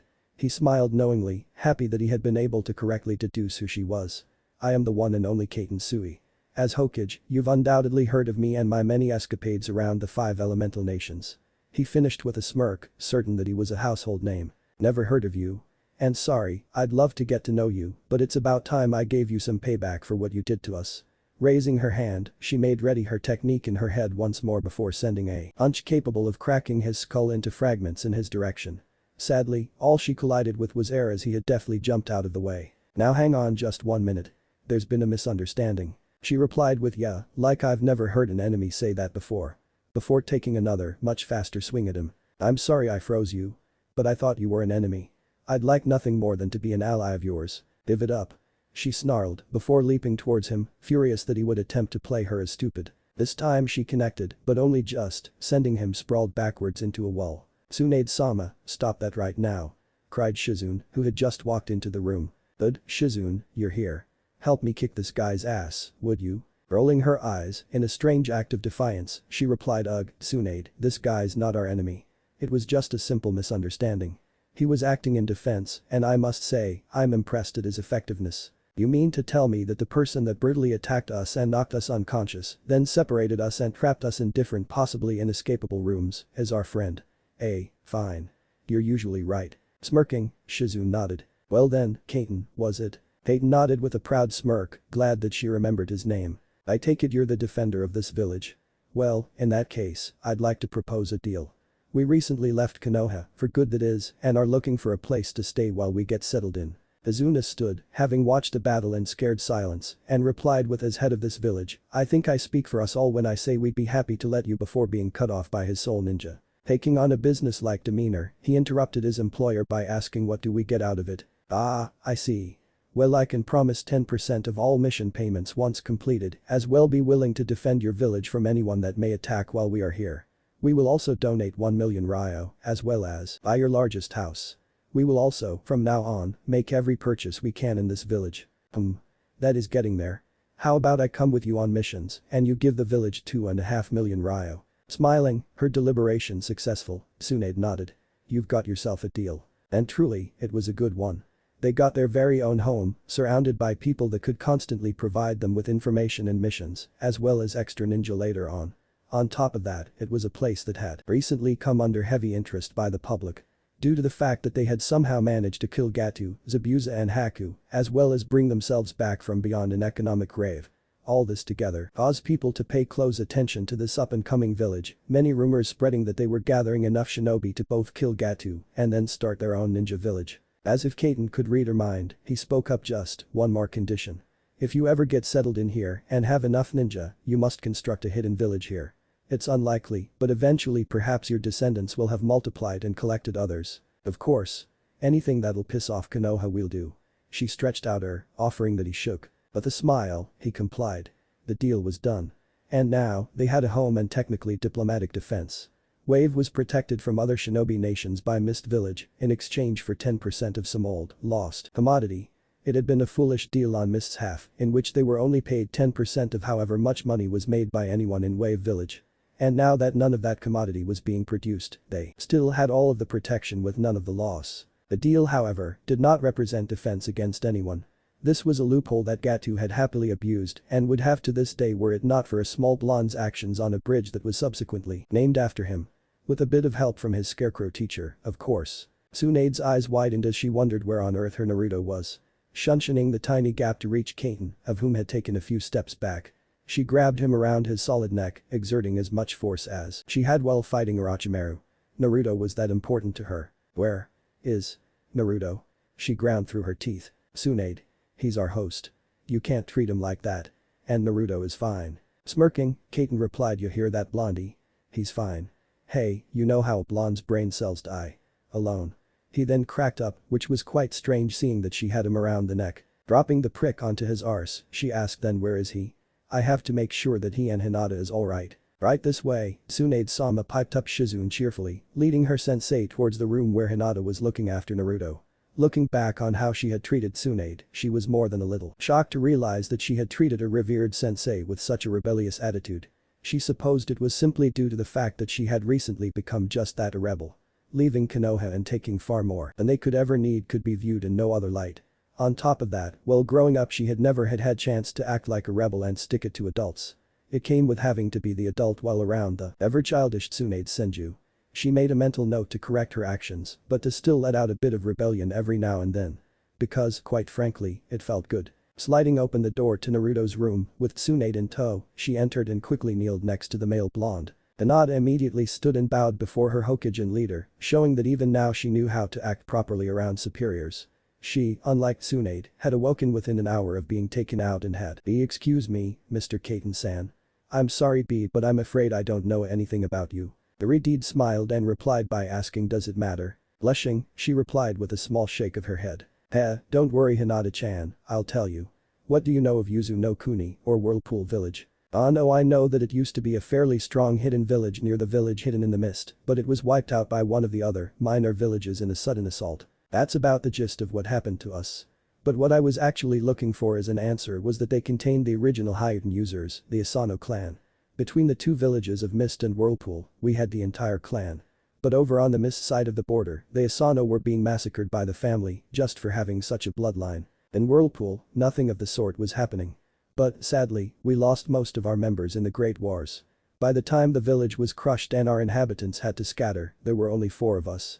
Haku was one, me and my twin sister were another 2, and our cage was another. I have no idea what happened to any of them, seeing as I was more interested in taking the world into my own hands at the time. I was just 14 when I was all alone. Ah well, I've never minded. So, where did you go? How did you learn your ninja techniques? In the academy, of course. I was always the best. Even now, I'm the #1 village-less ninja. What about Tsu? He cut her off, too filled with pride and arrogance to listen. I spent quite a while searching around for the people that killed my friends and family. Some were dead, but I got rid of quite a few. I'm wanted in a couple countries, you know. He finished smirking, happy to show off to anyone he could. After that, people began searching for me. Many people were after our clan. So, I changed my name to what it is now. Hinata unconsciously rolled her eyes at the memory, remembering just how arrogant the Asano had been. Regardless, nothing mattered now. At least not while Naruto was so clearly in pain, lying on his bed, constantly sweating and with his muscles being constantly broken down. What's wrong with him? Cried Tsunade, mortified that her closest male friend be suffering so much. Tsunade-sama, if I may. He has a constant fever, as well as a constant chakra drain. On top of that he occasionally makes wide, strange movements and seems to be attempting to hit something. On top of that, his muscles are being constantly stretched and contorted in ways that, quite frankly, look painful. And you know the latter how? It's one of my small repertoire of medical jutsu. I can heal basic cuts and abrasions, remove small amounts of poison, check muscles for strains and bones for breakages. Oh, and now, thanks to you, I can pull some pack from being unconscious. Tsunade nearly managed to smile, impressed that her student was further ahead than expected. She would be moving her onto more intermediate techniques as soon as possible. Tsunade-sama, we can but assume that this is the Kyuubi's doing. He's spoken of their interaction and now, it would be safe to say that the Kyuubi has drawn him close enough to ensnare him. spoke Shizune, who had clearly spent quite a bit of time thinking while Hinata, capable enough, had looked after the boy. Bastard fox. Even now, when we leave Konoha, he manages to mess things up for Naruto. How ironic. Not so ironic as depressing, Hokage-sama. Smiling grimly, Tsunade joined the other two girls kneeling beside Naruto. All three winced as he suddenly contorted. The horde of Naruto clones beamed as the original suddenly forced his way into the necessary position for one of Lee and Guy's moves. He was still the basics, but sadly that was all that he was going to be able to accomplish while simply copying off of his memory. He had realized when he had been unable to figure out one of the moves performed on him by an academy instructor that he just could not figure out without the theory to back it up. Usually, theory had no effect on Naruto, but his ability to break most ninja laws had to have its limits. The same bump had been found in all taijutsu styles, ranging from gentle fist to the Uchiha style, and everything in between. He was, undoubtedly, a far better taijutsu user now, but still nowhere near high Chunin level, where his rank was. It was closer to high Genin level, seeing as it had the add-ins of all types of green as grass Genin level taijutsu put into it. He had, to his credit, been able to construct a way to mix multiple of the styles together, forming one that was still highly unpredictable, but still involved quite a lot of skill and ability to at least leave a mark on someone like Zabuza or Haku. Finally happy with how he and his clones had worked, breaking down each style and rebuilding them into a hopefully working combination, he thought he was just about ready to leave. Dispersing one of his watcher clones, he felt the influx of information telling him what had happened while he had been busy working in his area. There had been many clones that had only known one style, seeing as they had been part of the original forming. These were instructed to only use that style as they went up against a new Naruto style, and they had been completely decimated. Naruto felt confident that he could take on Sasuke hand to hand now, which was one of his true goals. Smiling, he made his way out and told his explorer clones to disperse through the dispersion of another clone. Each of the intrepid explorers had uncovered nothing that was immediately useful, but that was okay. He had grown up barely scraping for the most basic of information, and what he had uncovered was practically a miracle in ninja terms. He wondered why the Yamanaka were such poor taijutsu users if they had such an ability at their disposal. Entering the Kyuubi's chamber, he smiled at the ever-cute while sleeping Kitsune. Fucking brat, I am not cute. And you only have that ability thanks to me. You have no idea how much you owe me, and yet you forget it. And yet I want, Kyuubi-chan. But the sigh, and now much smaller fox sat up. And yet you treat me like dirt. You always demand my power or use what I've given you with barely a thanks.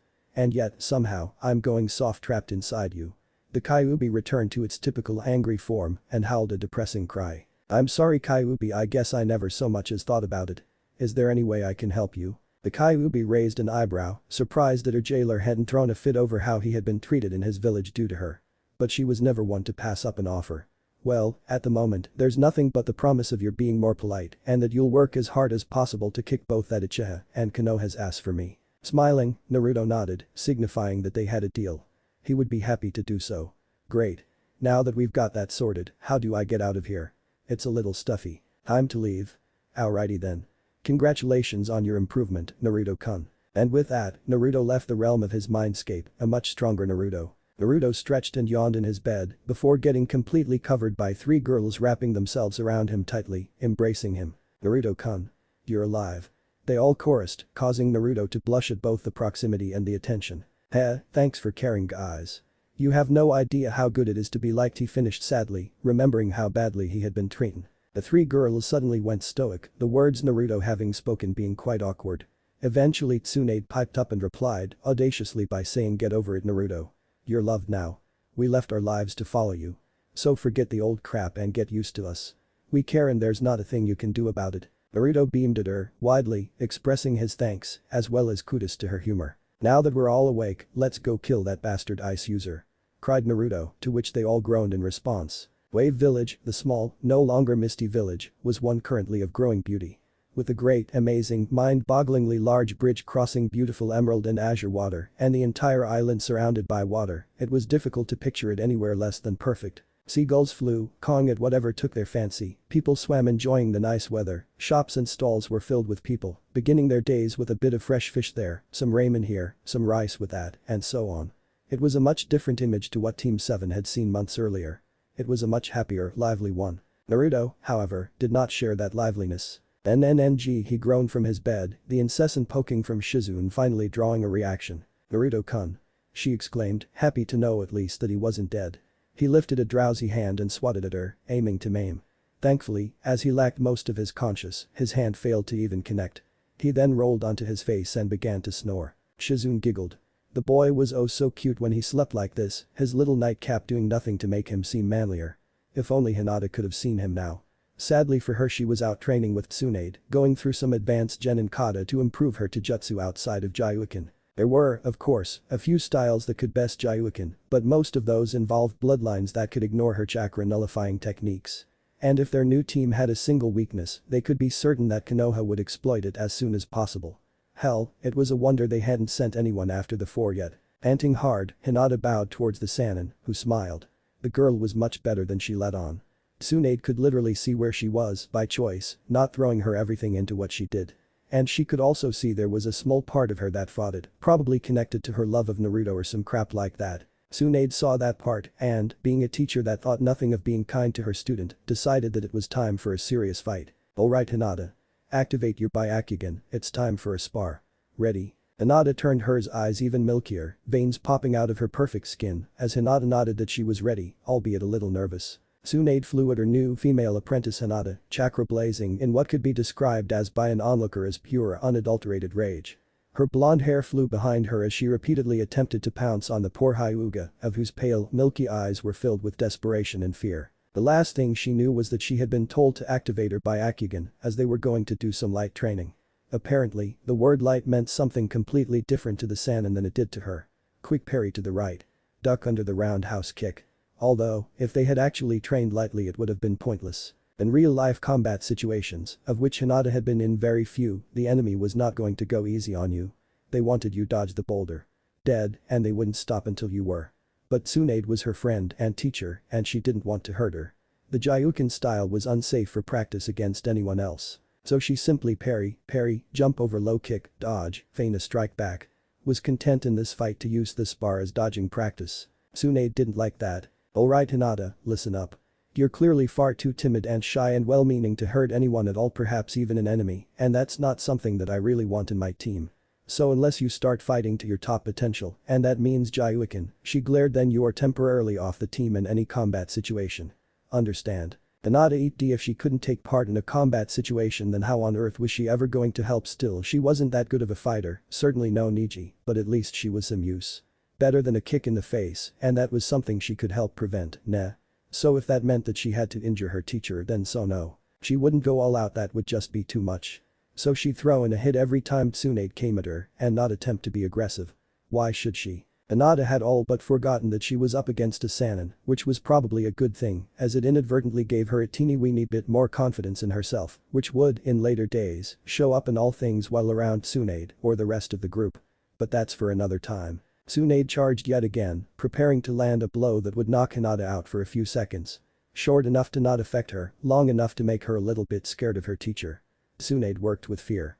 Forgetting all about her defense, simply wanting to take control of this shy, afraid girl, she left herself wide open in a random charge. It would have done Naruto proud, seeing his teacher spam someone else with their body. Hinata quickly raised her hands in defense, Jyuukin at the ready, and then connected with both of Tsunade's arms, completely shutting off any chakra she could use. Tsunade's incoming flick to the side of the head was just that. A flick.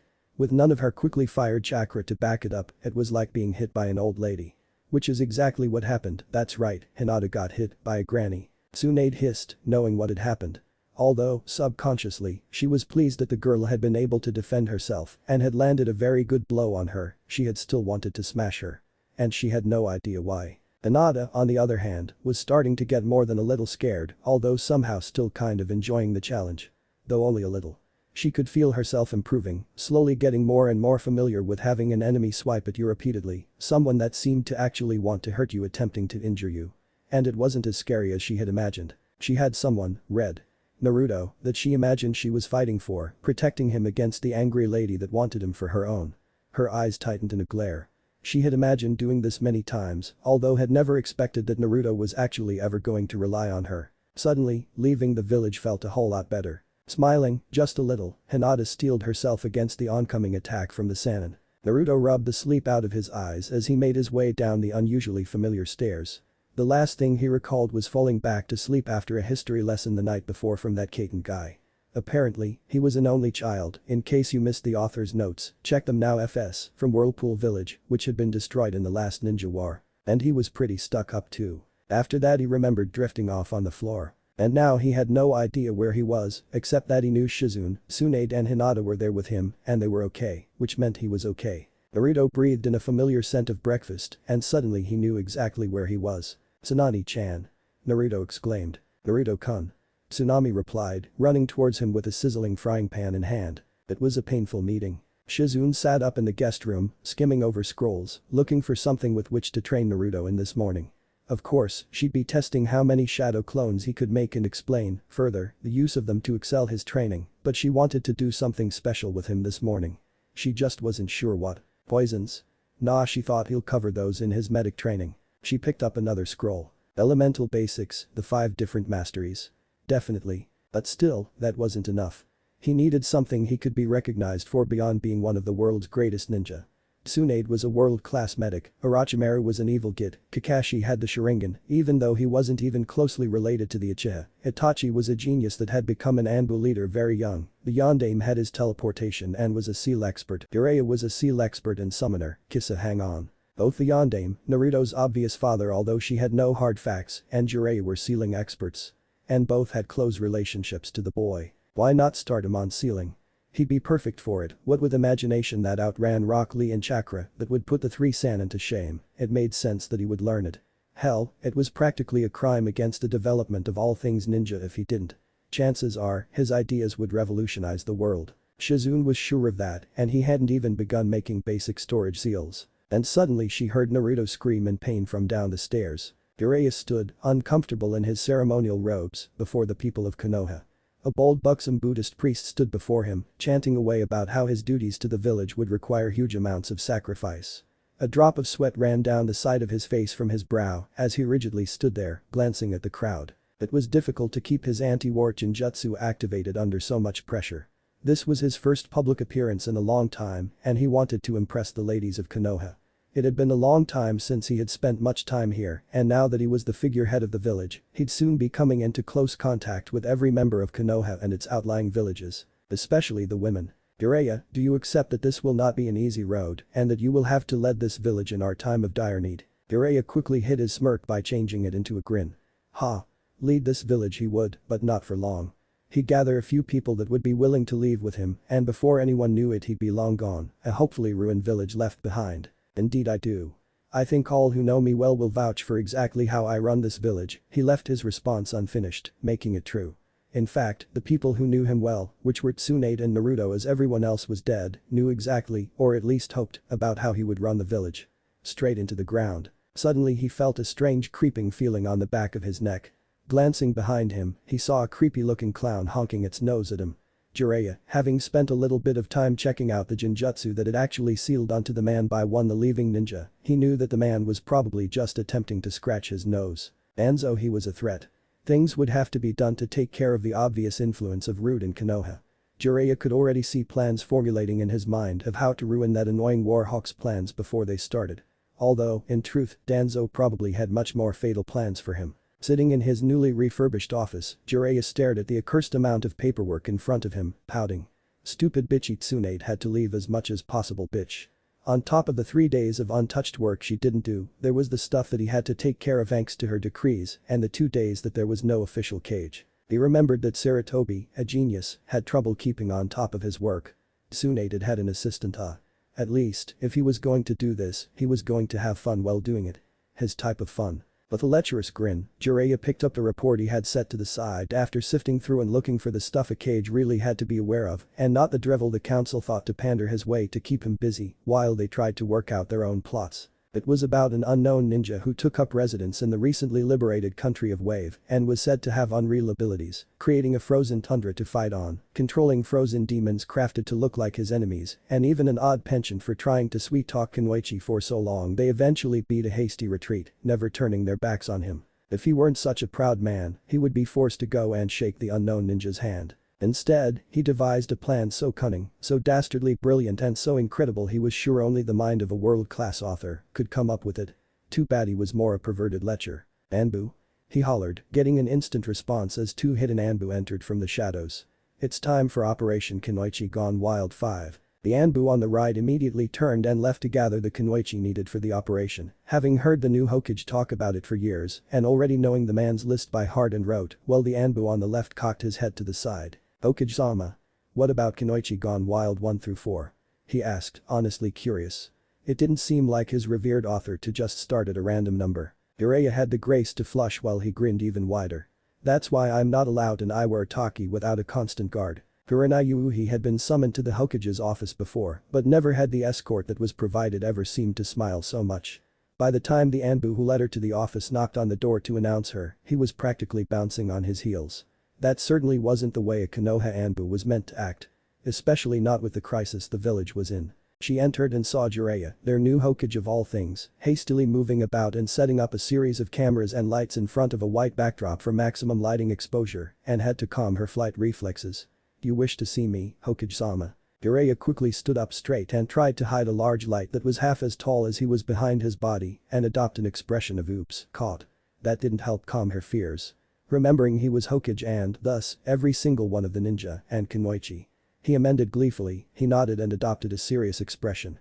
"Yes, Kurenai-san. I do. Please, have a seat, have a cookie, sake." The Hokage slowly pulled the alcohol away as the Genjutsu mistress of Konoha glared at him with sufficient killer intent to make him sweat. "Yes, well. I have received reports of an unknown man with suspected ninja-like capabilities who has taken up refuge in Wave," he said, sliding the folder to the red-eyed beauty and wishing she had taken the sake. It would have been so much easier to convince her of this. He is apparently able to use Hyoten-like abilities, take on large groups of ninja single-handedly and come out unscathed, and, when he fights, there's an icy howl that is supposed to be heard before he attacks to kill. Kurenai frowned at the folder's paperwork and narrowed her eyes at Jiraiya. "It also appears he is a bit of a womanizer. I suppose you need a kunoichi's experience?" she asked with only a hint of disdain. It was well known kunoichi were oft-times used for the ease in which they could get close to their male targets. They were so easily swayed by their lower members that it was almost too easy unless you got a hold of one who expected to get directly to the action. She had been lucky enough to not get any such mission, but it appeared her luck ran out. "Well, not quite. He's not really interested in the girls themselves so much as the chase," he said, pointing to a section he had hastily added in the margin of the paper on she was looking at that had obviously been a plant. It was only her knowledge that he was her superior that kept her from killing the pervert. "I don't understand, Hokage-sama," she asked, honestly confused. She had expected this to turn into some perverted conversation. All of the kunoichi, Chunin and up, had been wagering to see when he would start calling them together to pose for his smut. 90% of them lost out the first day. Grinning like a loon, Jiraiya pointed at the photo screen he had just set up. "We need to take pictures of you and compare them to the other kunoichi to see who can appear the most alluring." He thought he was doing a good job maintaining a straight face, but it was nearly split in two. They said in muted horror. Kurenai looked to the elaborate setup and then back to Jiraiya as he giggled madly, holding up a bikini that would not have been out of place on a child's doll. "Oh shit," she mumbled without even realizing it. Jiraiya couldn't help himself.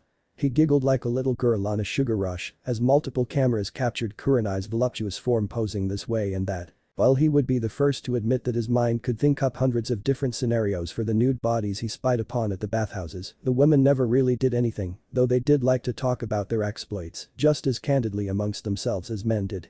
They just weren't quite as obvious or public about it. But all of that time was usually to encode his thoughts and what his spies, usually women, told him while under the guise of bathing. They just got paid a lot more for the constant threat of being in his dirty novels, as they couldn't exactly bathe with a towel on.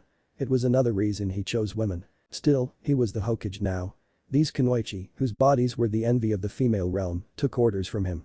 So, he naturally used that to get long-term pictures of the goddesses of Konoha to peruse at his leisure. It was a shame the woman advised him, in the most clear method possible, that she had no need to remove all of her clothing, but he felt it a small compromise for keeping his danglies intact.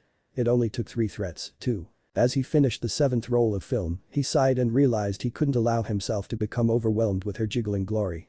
Jiraiya finally motioned for Kurenai to get dressed and swore to himself the woman shunted it into her clothing. "You were absolutely brilliant, Kurenai-san.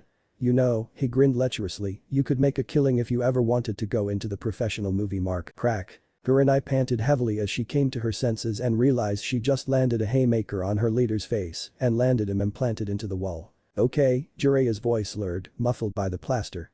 "Guards, send in Yugao, please." The swordsmistress set the folder the Hokage had given her back on his desk and asked the one question that was obviously at the fore of her mind.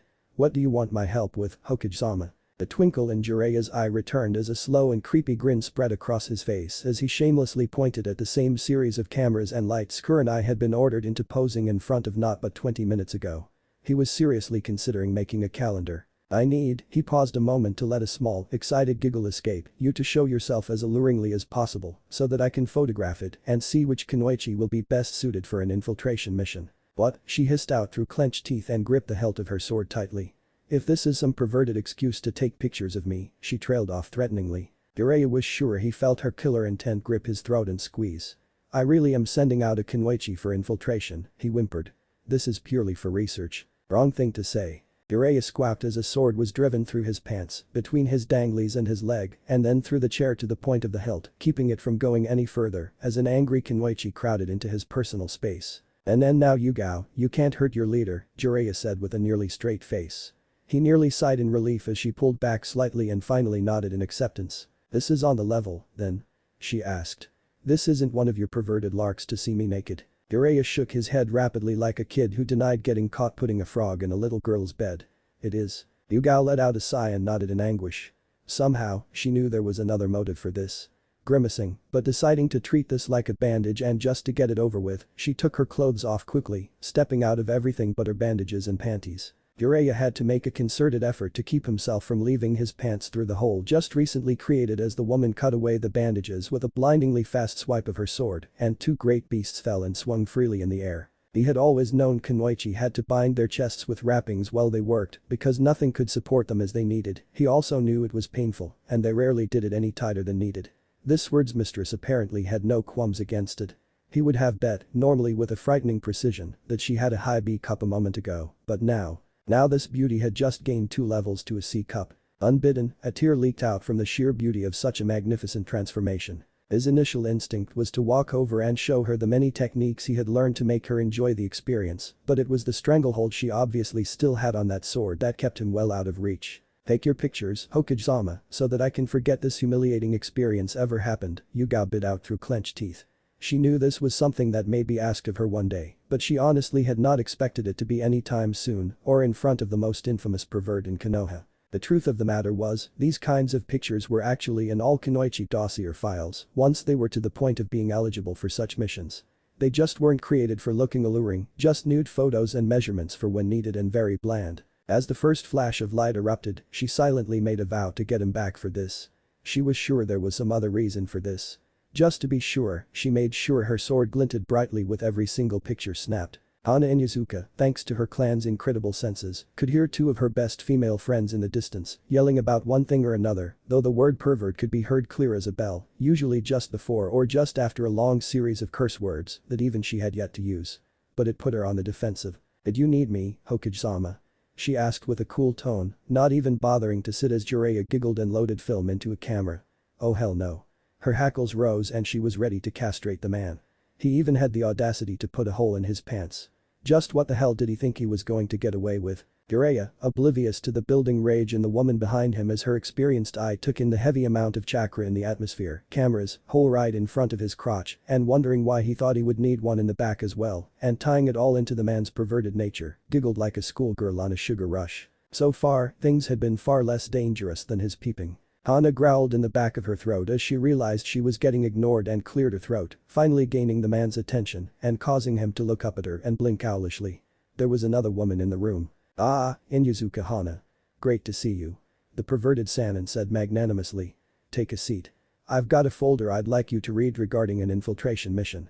Hana warily grabbed the folder and began to read, keeping the pervert in her sights. Minutes later, Jiraiya was showing her to the grouping of cameras, talking about infiltration missions, and need of the most beautiful kunoichi Konoha could use, which she really appreciated, and her clan's closeness to their canines, and how he could only hope that she could pretend to be in heat, as well as their doggy companions. "Wait, what?" she asked as his last words trailed through her mind. Surely he wouldn't say something like that. He said, looking like a man who was just caught peeping on Tsunade by Tsunade. "Well, really, you guys have that doggy inclination and, well, it's all about putting on a show and irk." The 2 Anbu stationed outside the door heard a high-pitched girlish scream through the door to the Hokage's office and looked at each other and winced. They knew that sound. It had been happening pretty often, as of late. Just before they were to open the door, it was thrown open, and Jiraiya ran through holding the tatters of his clothes that appeared to have been savaged and ripped from his body with several claw marks bleeding lightly around his body, oddly centered around his waist. They blinked in muted shock as a swirling mass of feminine fury came from the door and crashed into him, the Inyazuka's techniques giving the seriously pissed off woman a near feral appearance as she dragged their Hokage back into his office, clawing at the floor furiously as he attempted to escape her clutches. They peeked in to watch as Hana, a very pretty and nearly naked Hana, thrashed their Hokage while getting her picture taken and listened to the man's screams as he continued to try and claw his way to an escape. "Should we help him?" the Anbu to the left asked nervously. "That was a lot of vicious woman." "Hell no," the Anbu to the right said forcefully. "If he didn't want this, then he would call us in. He's always getting hurt at the bathhouses, after all. So he is probably enjoying it." The Anbu to the left winced as the handle of the Kunoichi's kunai seemed to find the man's rectum, all the while, the Inyazuka heiress maintained perfect poise and grace to make the pictures come out looking absolutely gorgeous.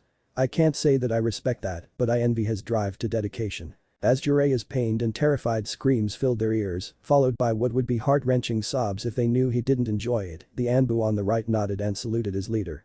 "The man is an inspiration to us all." Anko nearly broke her cold exterior and asked her broken and jittery Hokage if he was alright, but continued to read and finish the folder given to him. He sat before her in his seat, his clothes held together with masses of tape and covered in cuts, scratches, bruises, bandages and both eyes blackened with his nose stuffed to the brim with tissues. He looked absolutely horrible. And why in the world was he sitting on a pile of pillows? "Alright. So you want me to find this Koton guy, get close and kill him or what?" she asked, thrilled to finally get out of the village. Those idiots in the council distrusted her because of her previous status as Orochimaru's apprentice and never allowed her anything but suicide missions and things that were boring as all hell. Thank Kami that the Sandaime Hokage had trusted in her to control the second stage of the Chunin exams. That had been a high point on her rather boring mission life. Normally, Jiraiya was a master with words. He could think of dozens of ways to say something to make you take it in almost the same number of ways, so you got from it what he wanted you to get. However, after having been beaten mercilessly and doped up on painkillers so he would be capable of sitting, he failed to think his response through and simply said what he wanted without any flashy or carefully planned words. "I want you to strip naked so that I can photograph you, decide who I'm going to send to this Koton guy, since he is so interested in chasing women, and so I have them to look at whenever I want for inspiration," he slurred with hooded eyes. However, he come instantly awake as a blast of killer intent flooded his senses and his self-preservation instincts kicked in, only to see the purple-haired Kunoichi crouching on his desk and glaring into his terrified eyes, with two dangerous-looking snakes waving from the arms to her trench coat and, inadvertently as she was so used to doing so anyway, giving the super pervert a direct look into her ample cleavage. "You want to what?" she hissed, sounding suspiciously like the snakes that flick their tongues, smelling his fear. Jiraiya wanted to look her in the eyes and tell her he had misspoken. He wanted to get out of this safely. However, he was a super pervert, first and foremost, who was used to getting beaten in exchange for some of the smaller benefits of peeking. His traitorous hands had found their way up to her ample cleavage, somehow not being noticed by the pissed Kunoichi or her two slithering pets, and squeezed twice, following suit with something no man who was in his right mind would ever do if sane, sober and not looking to commit suicide. Honk, honk. The two Anbu standing guard let out what was quickly becoming a standard girlish squeal as Jiraiya broke through his door, not even bothering to open it this time, screaming like a banshee, and immediately followed by a snake that was as big around as he was tall and 10 times longer, slithering like a scaled bolt of lightning and following the man, its poisonous fangs nipping at the Hokage's bandaged bum. Silently they looked at each other, then back through the door where they saw Anko Mitarashi Anko quivering in rage as more smaller snakes fell from her sleeves in droves and followed their larger brethren. Looking back at one another, they simply stood back on either side of what was left of the door and stood at attention, silently agreeing to never bring up what they just saw. Looking the photos of the various girls, ranging from Anko to Hana, Jiraiya sighed happily. The young females had been such a treat for him, especially with such a difficult task ahead of him. It made it worth it already, like some kind of welcoming gift to himself. Damn, Kurenai looked good. Ooh, look at how Anko was. Were those Yugao's legs? Jiraiya whistled. Konoha was pretty set in the female department. If only he had never left, he might know these women so much better. Leaving Konoha had really been a bad idea. He had missed out on so much, failed so many people. Many of friends would probably be alive if he hadn't gone on that crazy chase after Orochimaru.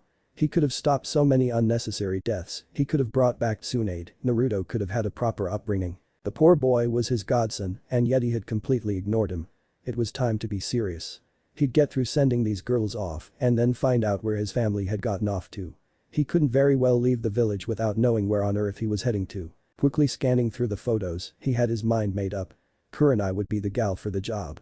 Her red eyes made her by far the most alluring, and her curves made her simply divine. Alright, Mr. Anbu, go get Kurenai. She's the lady for the job. Right away, Hokage-sama, said the Anbu, more than happy to go and see one of those sexy girls again. Jiraiya smiled as he could see the man practically jumping for joy as he ran out of the room. Alright Naruto, let's get down to training. We'll start off with a spar, because I want to see just how incorrect the reports on you have been. Naruto looked back at Shizune confused. What do you mean incorrect reports? I know back in the academy they tried to screw me over, I figured that one out a while ago. But Kakashi should have changed that, right? Well, in all honesty, neither the 3rd, 4th or 5th Hokage has ever received a written report from the man. As far as we know, he didn't even provide verbal reports, although being friends with the 4th and respectful of the 3rd meant that probably was a regular occurrence, with the respective cages filing them in their own names. This results in with us not knowing your actual skill levels. Nor does anyone in Konoha know Sasuke's or Sakura's. This means the prior, Sasuke, has his strengths probably exaggerated quite far due to rumors and such by his fangirls and fanboys. Naruto simply blinked in response, unable to handle so much information at once. Thinking for a moment, Naruto finally registered everything she had said. So if I understand you correctly, no one has any idea how strong I am? No wonder Iruka was so upset about me taking part in the Chunin exams. She paused for a moment, suddenly deciding to get Naruto started on reading right away. It was a good thing she had thought to bring some of the scrolls and textbooks from the academy. Naruto would need those. Yes, Naruto, that was probably it. Anyway, make a few clones that can go study with one of my shadow clones and we'll get started. Complying, Naruto summoned about 400 clones and sent them on their merry way to begin a new chapter in Naruto's life. One of learning. His learning was quickly interrupted by Shizune's head, which just so happened to connect to the side of his head. But Hinata. You're improving. But I still feel like you could do more. In fact, I know you're holding back. Remember my promise. It still stands. Hinata's face soured. She had been trying so hard. And someone as shy as her could only be pushed to go out of her comfort zone to such a level. It wasn't fair. If she went any further she risked actually hurting the Sannin or embarrassing herself when her very best wasn't good enough. What she failed to realize, that not doing her best was what Tsunade found not good enough, not that she had any level of skill, be it good or bad. And to be honest, she was actually pretty good. Quite close to Tsunade's level of skill, in fact, if you're not including her super strength technique that she relied on so much. Tsunade knew she couldn't use it in battle, especially not against one as frail as A. She could shatter the poor girl's entire frame with a single punch. That just could not happen. Chances are, Naruto would never forgive her for that. And all in all, it was a good thing that Hinata was nearly as good as her. It meant she could put up a good fight, as well as showing Tsunade that she wasn't as good as she used to be. And that wasn't even taking her slightly older body into account. Begrudgingly, Tsunade accepted that information, knowing that it would be far wiser for her to go on a path of improving herself, rather than spend a while moping about being nowhere near as strong as she liked and end up getting killed. That's what happened to Uchiha's, not Senju's. But this is my best skill level. Cried Hinata, desperately wanting to be able to help Naruto and the others when, and not if, they were attacked by the countless forces now out for their blood, ranging from Konoha to Orochimaru. It was lucky that the girl had no idea about Akatsuki, or she would be far more afraid than she already was. Fine then. I guess I'll just have to force your hand. Take a breather while I go and get something. Hinata's eyes followed after Tsunade as she stormed off, more than a little worried as to what exactly the plans of her cage and leader were. Knowing the old lady's violent tendencies, she could guess that they would be very bad for her. Hey Naruto. Tsunade cringed as over 100 heads turned to look at her before they cried a deafening "What do you want, Aba-chan? Bloody clones. Where's the real one of you?" She replied with a malicious glint in her eye, warning the other clones that they should, at all costs, protect the real Naruto. Was their combined response before one cried sleeping. This would have saved the real Naruto if it weren't for another clone shouting eating. While another shouted fishing. All in all, about 100 different answers were given until Shizune, shaking her head in disappointment, came up to her sensei and pointed her towards the ongoing spar between the two. Even from a distance Tsunade could see the two were going easy on each other. She smiled at her loving little family before shunshining right next to Naruto, getting him in a headlock and quickly explaining to Shizune that he deserved it, before shunshining back to Hinata. She quickly made a mud clone, switched places with it and grabbed Hinata's attention. The young Kunoichi gasped when she saw Naruto, painfully held around the neck in Tsunade's arms. "What the hell are you doing, Tsunade? Let me go." He flailed, attempting to break her hold. Quickly raising its hand, the Bunshin smacked Naruto upside the head. He stopped struggling, to say the least. Now, Hinata, for every hit I see you deliberately not take against me, my arm gets tighter around Naruto's neck. Naturally, with my super strength, it'll begin to hurt him. So unless you show me your full utmost potential, your Naruto-kun may be suffering a lot of pain very soon. It was all Hinata could do not to go and try to kill Tsunade. No one touched her Naruto.